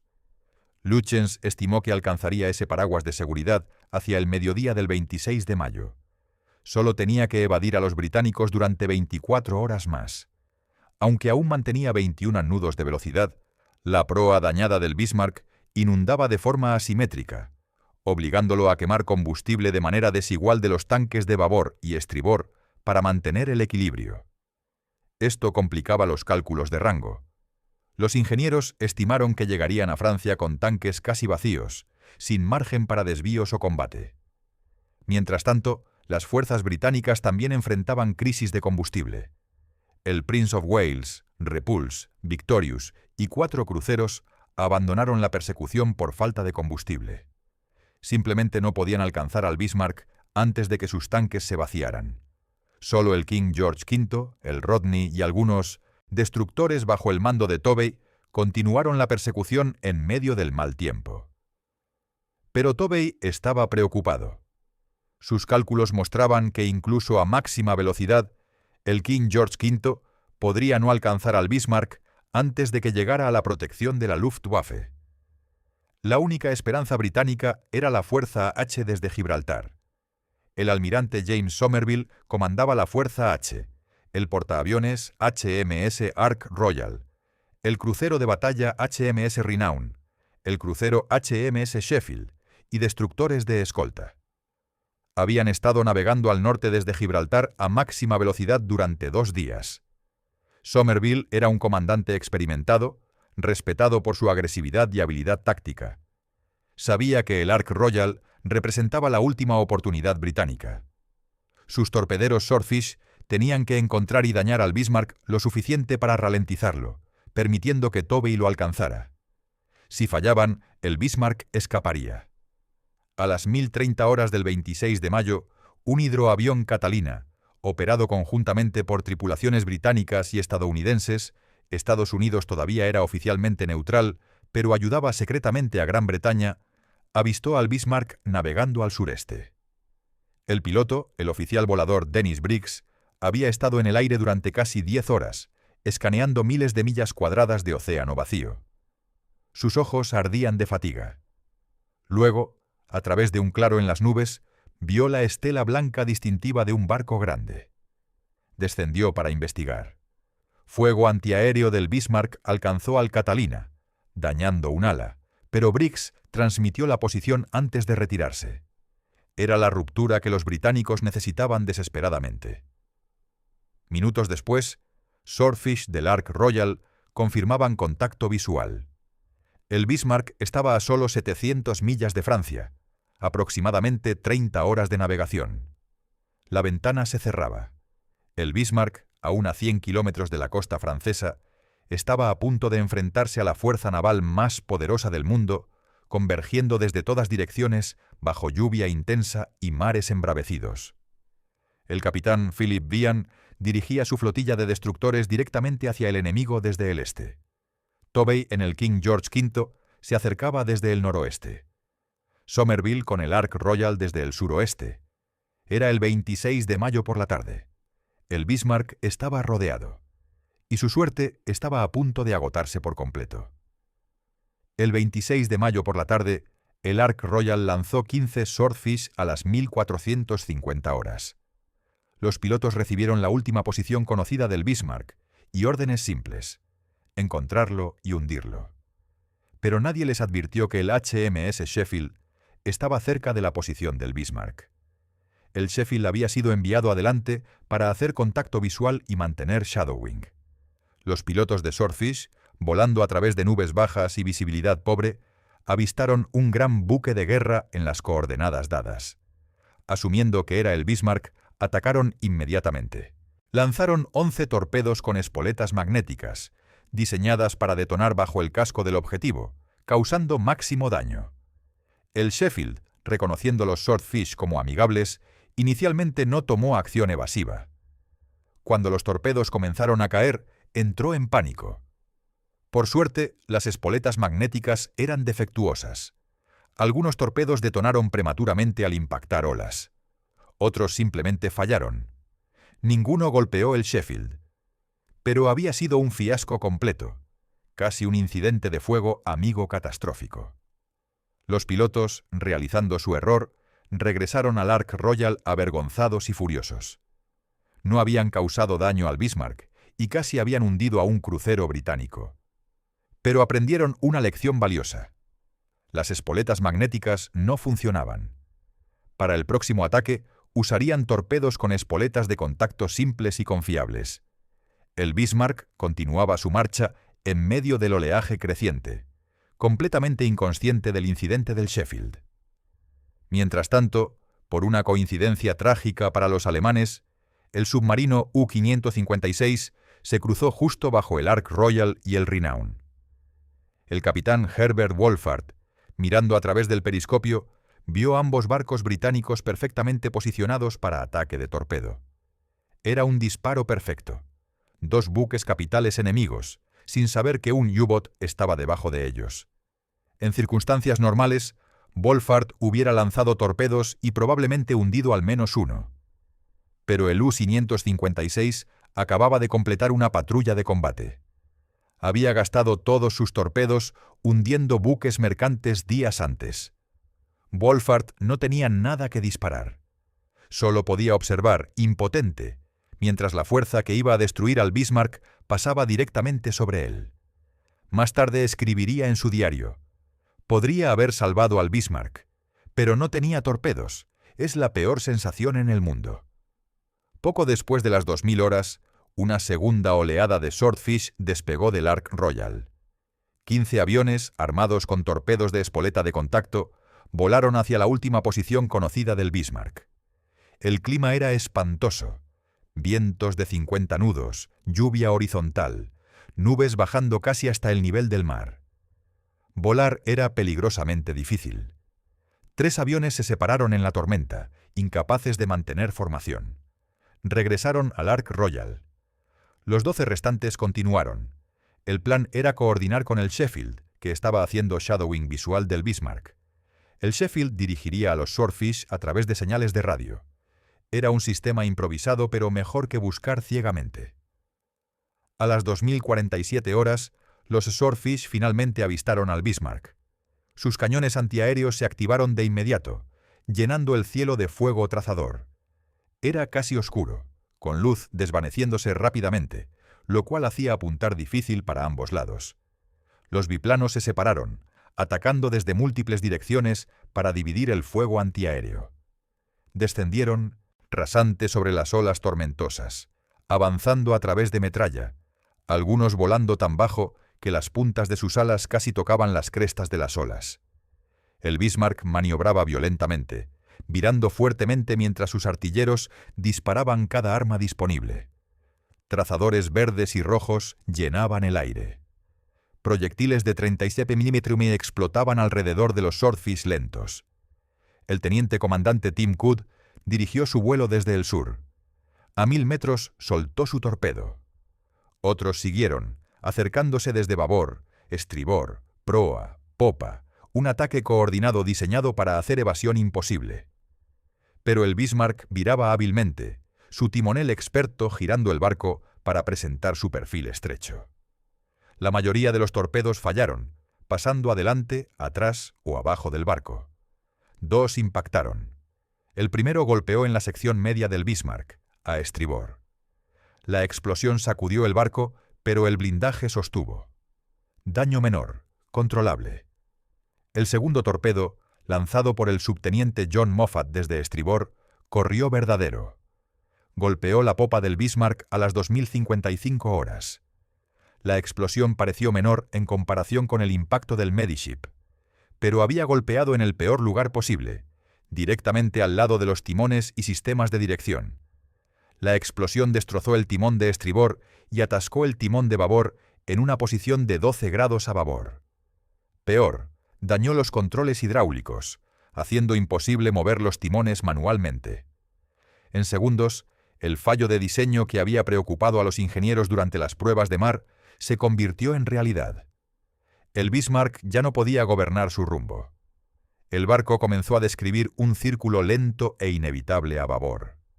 Lindemann ordenó a los ingenieros variar la velocidad de las hélices para compensar, usando potencia diferencial del motor para dirigir. Pero en los mares tormentosos no era suficiente. El daño y las olas obligaban al Bismarck a describir una curva lenta, llevándolo directo hacia la flota británica que se acercaba. Los equipos de control de daños se apresuraron a la popa. Buceadores intentaron acceder a los timones desde dentro del barco, esperando liberar el atasco manualmente. Pero las salas estaban inundadas, el daño extensivo, el trabajo imposible en los mares gruesos. Se consideró enviar buceadores por el costado del barco para cortar el timón dañado con cargas explosivas. Pero en olas de 6 metros en oscuridad, esto era virtualmente suicidio. Lo intentaron de todos modos. Los buceadores no pudieron ni siquiera salir del casco sin ser aplastados contra él por las olas. Durante horas los equipos lucharon desesperadamente, pero el timón permanecía atascado. El Bismarck estaba ingobernable. Mientras los aviones se retiraban, el Bismarck intentó una última descarga de venganza. Sus artilleros detectaron al Sheffield, que había emergido de la niebla demasiado cerca. La batería principal del Bismarck giró y abrió fuego. La segunda salva esparció metralla por toda la cubierta del Sheffield. El crucero británico lanzó humo y desapareció entre la niebla mientras más salvas silbaban sobre sus cabezas. Algunas salpicaduras estaban tan cerca que la onda de choque dañó placas de casco. El Sheffield escapó por suerte pura. El Bismarck avanzaba sin timón. La Royal Navy se cerraba sobre él desde todos los ángulos. El almirante Toby, recibiendo informes en tiempo real, giró su escuadra hacia el sur, decidido a interceptar al amanecer. Al norte, el Norfolk se acercaba. Por el oeste, el Dorsetshire. Detrás de todos ellos, el Ark Royal y el resto de la Fuerza H avanzaban a toda máquina, listos para lanzar otro ataque si era necesario. A bordo del Bismarck, los equipos de control de daños luchaban contra vientos huracanados para liberar el timón atascado. Las olas se estrellaban contra las cubiertas, arrastrando herramientas y hombres. Varios marineros fueron barridos por la borda y perdidos. Las matemáticas eran simples y brutales. Sin dirección, el Bismarck no podía alcanzar Francia. No podía escapar. No podía hacer nada excepto esperar a que llegara el amanecer y la flota británica. A las 2140 horas, el almirante Lütjens envió su último mensaje operacional a Berlín. Buque ingobernable. Lucharemos hasta el último proyectil. ¡Viva el Führer! ¡Viva Alemania! El mensaje fue interceptado por los británicos, confirmando que el Bismarck estaba condenado. Una hora después del ataque de los Swordfish, la tormenta continuaba desatada, cuando los destructores británicos HMS Maori, Zulu, Cossack, Sikh y el polaco ORP Piorun avistaron al Bismarck entre la cortina de lluvia y espuma. El Piorun, comandado por el comandante Eugeniusz Plawski, avanzó solo con luces encendidas deliberadamente para mostrar su bandera polaca. Polonia había sido aplastada por Alemania en 1939, su gente esclavizada, su nación borrada del mapa. Para Plawski y su tripulación, este era personal. Cerró a 12.000 metros y transmitió en claro en inglés: «Soy polaco». Luego abrió fuego. El Piorun era un destructor de 2.000 toneladas enfrentando un acorazado de 50.000 toneladas. Era absurdamente superado. Pero Plawski buscaba venganza, no supervivencia. El Bismarck respondió. Sus cañones secundarios de 5.9 pulgadas rastreando al destructor pequeño y rápido. Las salvas salpicaban alrededor del Piorun, pero el viento hacía lanzar torpedos imposible, y tras intercambiar fuego inefectivo, el Piorun se retiró. Durante la noche, la flotilla de destructores atacó por turnos. Su misión, hostigar al Bismarck, prevenir reparaciones y mantener contacto para las fuerzas pesadas que llegaban al amanecer. El Cossack, Maori, Zulu y Sikh lanzaron 16 torpedos en total. Todos fallaron o su impacto no fue confirmado. Los torpedos de destructor de 21 pulgadas eran notoriamente poco confiables, y lanzarlos en mares de 6 metros era casi fútil. Aún así, los tenues artilleros del Bismarck, agotados y sostenidos por pura adrenalina, mantuvieron su defensa. Sus cañones secundarios y antiaéreos disparaban constantemente, iluminando la noche con destellos de fuego. El Cossack logró un impacto afortunado que dañó una de las antenas de radar del Bismarck, reduciendo aún más sus capacidades ya comprometidas. Para ganar visibilidad, Tobey ordenó proyectiles iluminadores que convirtieron la noche en día artificial. Cohetes de iluminación explotaban sobre el Bismarck, proyectando su silueta contra las olas. Una figura fantasmal expuesta al filo del amanecer. En las entrañas del buque, empapados y sin dormir, los marineros alemanes resistían su última noche. Los compartimientos inferiores se inundaban gradualmente a medida que las bombas luchaban para mantenerse al día. El sistema eléctrico fallaba intermitentemente. Los heridos gemían en las estaciones médicas abarrotadas. Algunos hombres escribieron cartas finales, sabiendo que nunca serían entregadas, pero escribiendo de todos modos. Otros simplemente se sentaban en silencio, fumando cigarrillos, esperando. Unos pocos rezaban. La mayoría solo esperaba que terminara. Con las primeras luces del 27 de mayo, Lütjens ordenó preparar el hidroavión Arado 196, guardado en la popa. La idea era cargarlo con el diario de guerra, imágenes del hundimiento del Hood y despachos sellados para Berlín, luego catapultarlo hacia Francia. Pero la catapulta, dañada en el combate contra el Prince of Wales días antes, era irreparable. El aparato, con el tanque lleno de combustible, representaba un peligro de incendio en combate. La tripulación no tuvo más opción que empujarlo por la borda y verlo desaparecer entre las olas. Con él fueron las únicas fotografías conocidas del hundimiento del Hood, imágenes que hubieran sido propaganda invaluable. Ahora descansan en el fondo del Atlántico. A las 0710 horas, Lütjens envió su última señal, una solicitud de encuentro con un U-Boot para transferir documentos. El U-556, aunque cercano, estaba sumergido y no recibió la transmisión. Ningún submarino llegó. El almirante Günther Lütjens tenía 51 años. Había servido en la Marina Imperial Alemana en la Primera Guerra Mundial. Había navegado los años de humillación después de Versalles. Había comandado el Scharnhorst y Gneisenau en su raid exitoso a principios de 1941. Había argumentado contra esta misión, advirtiendo que era prematura, que necesitaban más barcos, mejores circunstancias. Había sido ignorado. Ahora, mientras el amanecer gris del 27 de mayo iluminaba el Atlántico, sabía que no vería otro amanecer. Encendió un último cigarrillo y esperó.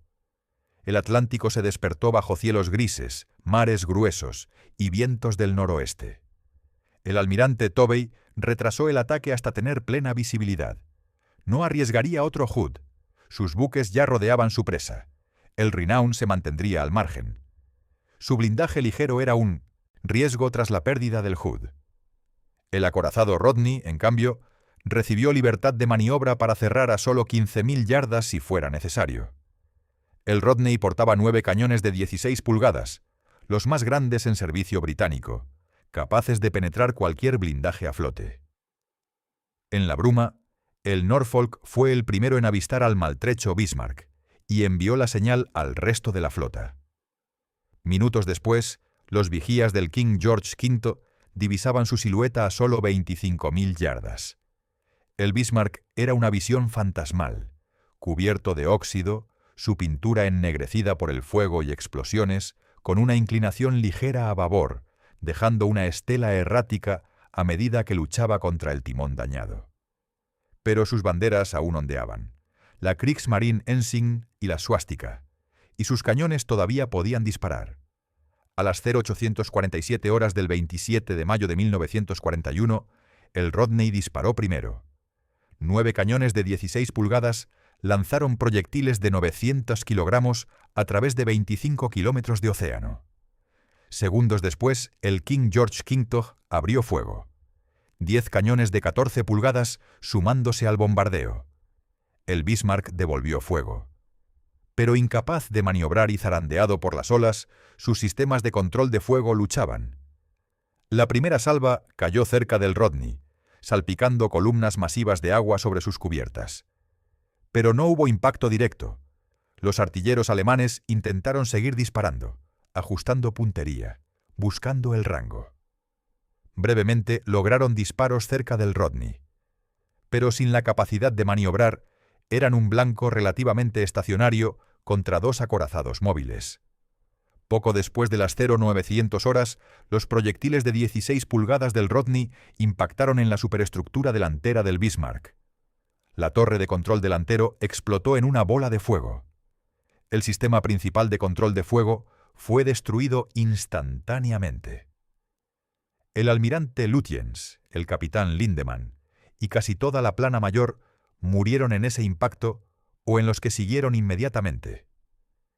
En cuestión de minutos, las torretas delanteras Anton y Bruno del Bismarck quedaron fuera de combate, silenciadas por impactos directos que penetraron su blindaje o destruyeron sus mecanismos de elevación. El puesto de control trasero tomó el relevo brevemente, dirigiendo las torretas traseras Kissar y Dora. Pero pronto también fue silenciado por el fuego concentrado británico.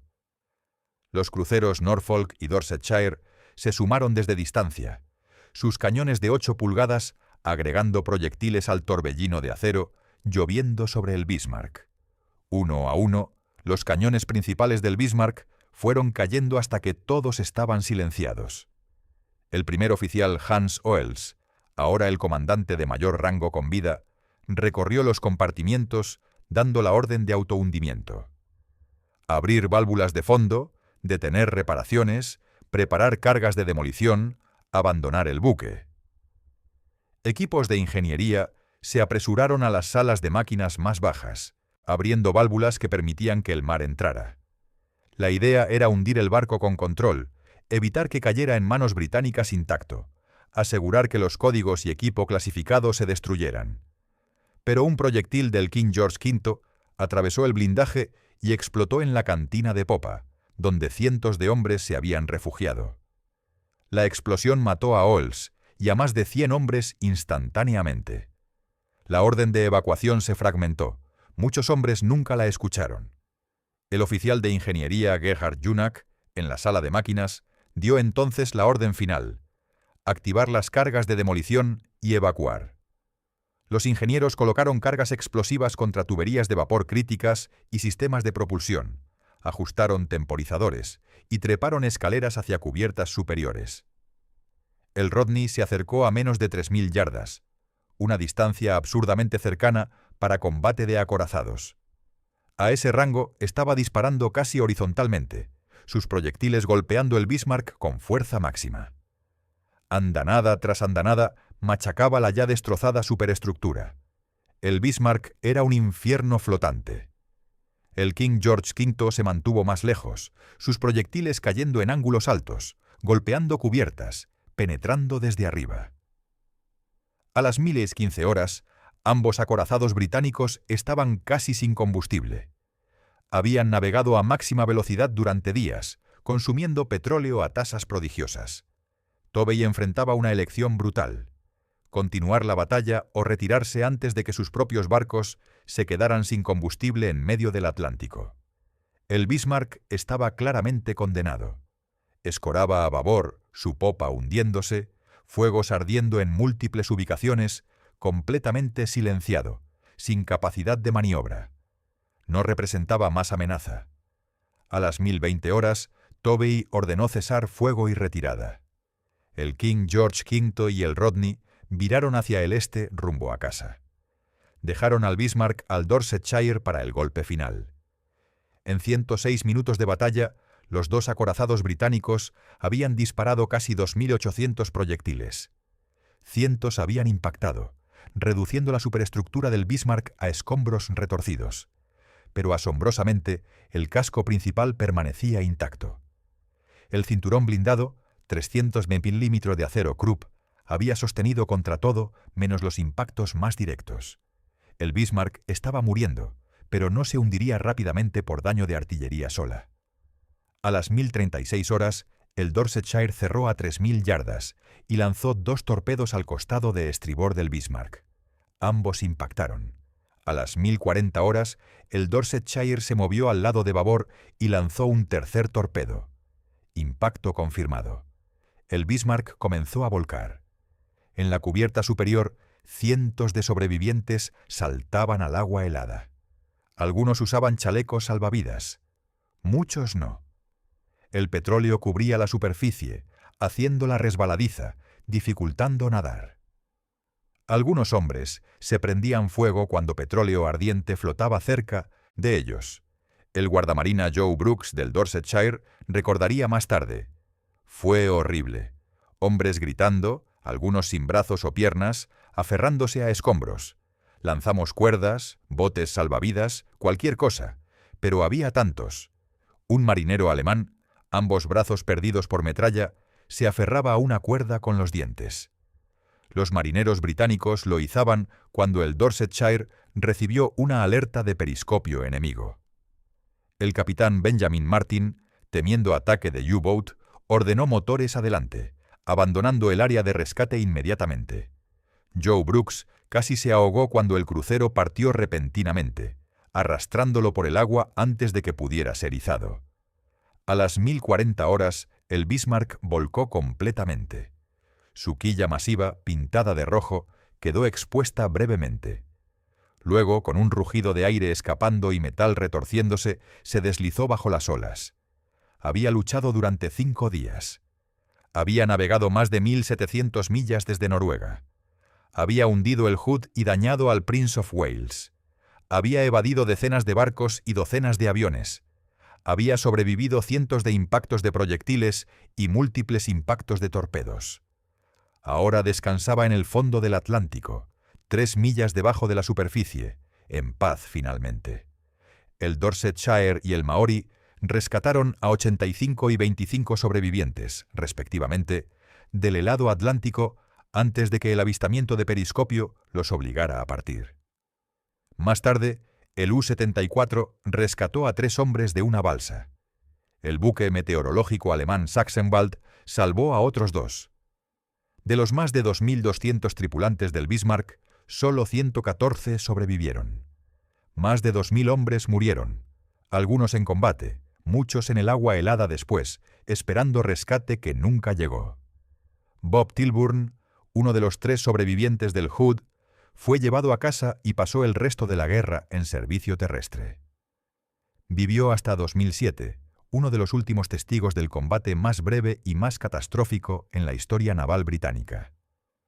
El guardia marina Joe Brooks recibió una condecoración por su valentía intentando salvar marineros enemigos.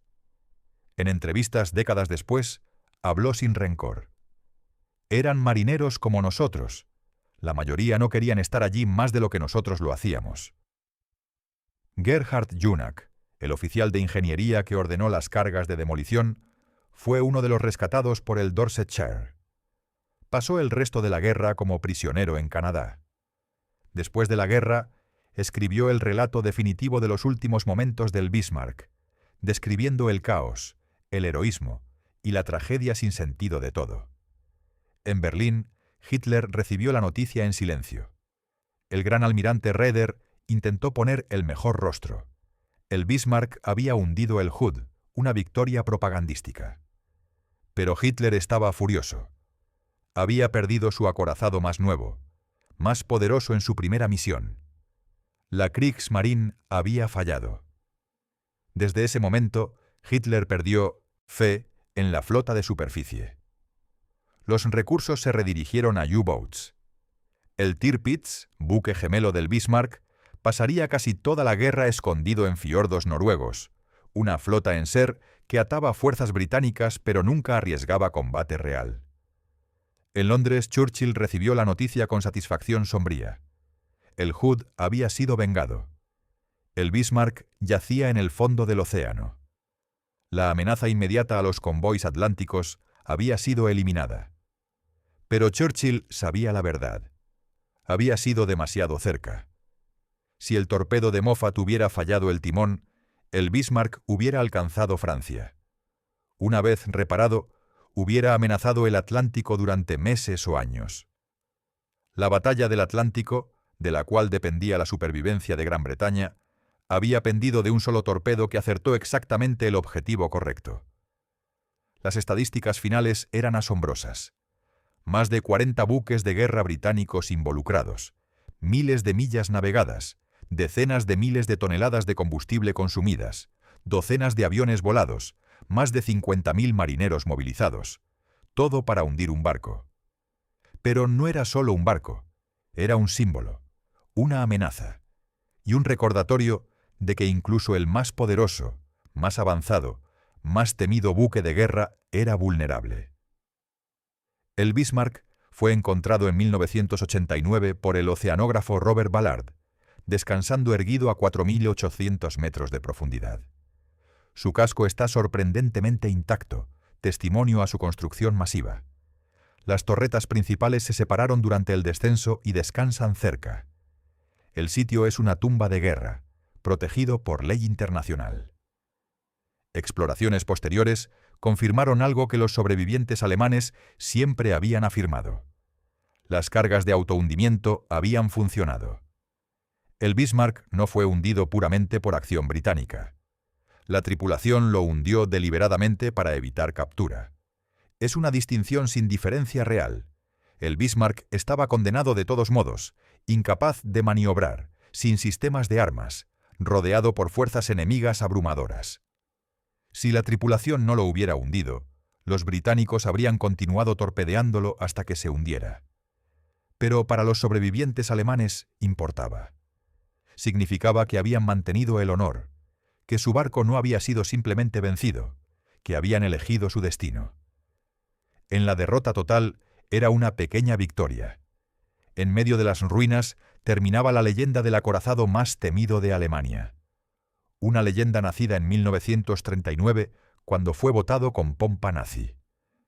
Una leyenda crecida con su diseño formidable y capacidades impresionantes. Una leyenda sellada cuando hundió al Hood en minutos. Y una leyenda terminada cuando un solo torpedo atascó su timón, probando que incluso el más poderoso instrumento de guerra era vulnerable a un disparo afortunado en el lugar exacto correcto en el momento exacto correcto. La historia del Bismarck es una historia de orgullo y caída, de tecnología y suerte, de valentía en ambos lados y tragedia para ambos lados. Es la historia de más de 3.500 marineros británicos y alemanes que murieron en aguas heladas durante una semana en mayo de 1941. Es la historia de cómo una persecución que no debía haber tenido éxito logró lo imposible gracias a tenacidad británica, errores alemanes y un torpedo que cambió todo. Es la historia de la mayor cacería naval en la historia, y es una historia que nunca olvidaremos.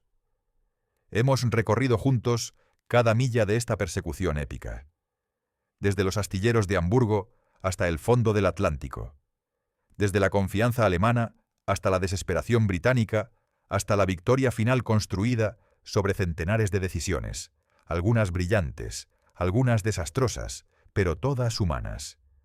Si esta historia te ha mantenido enganchado, si has sentido la tensión de la persecución y el peso de las decisiones que determinaron el destino de miles, entonces compártela. La historia del Bismarck merece ser recordada, no como propaganda para ningún lado, sino como testimonio al coraje, sacrificio y tragedia que define la guerra naval. Y si quieres más historias como esta, donde buceamos profundo en los momentos decisivos de la historia, donde los detalles importan y las personas detrás de los eventos cobran vida, suscríbete ahora.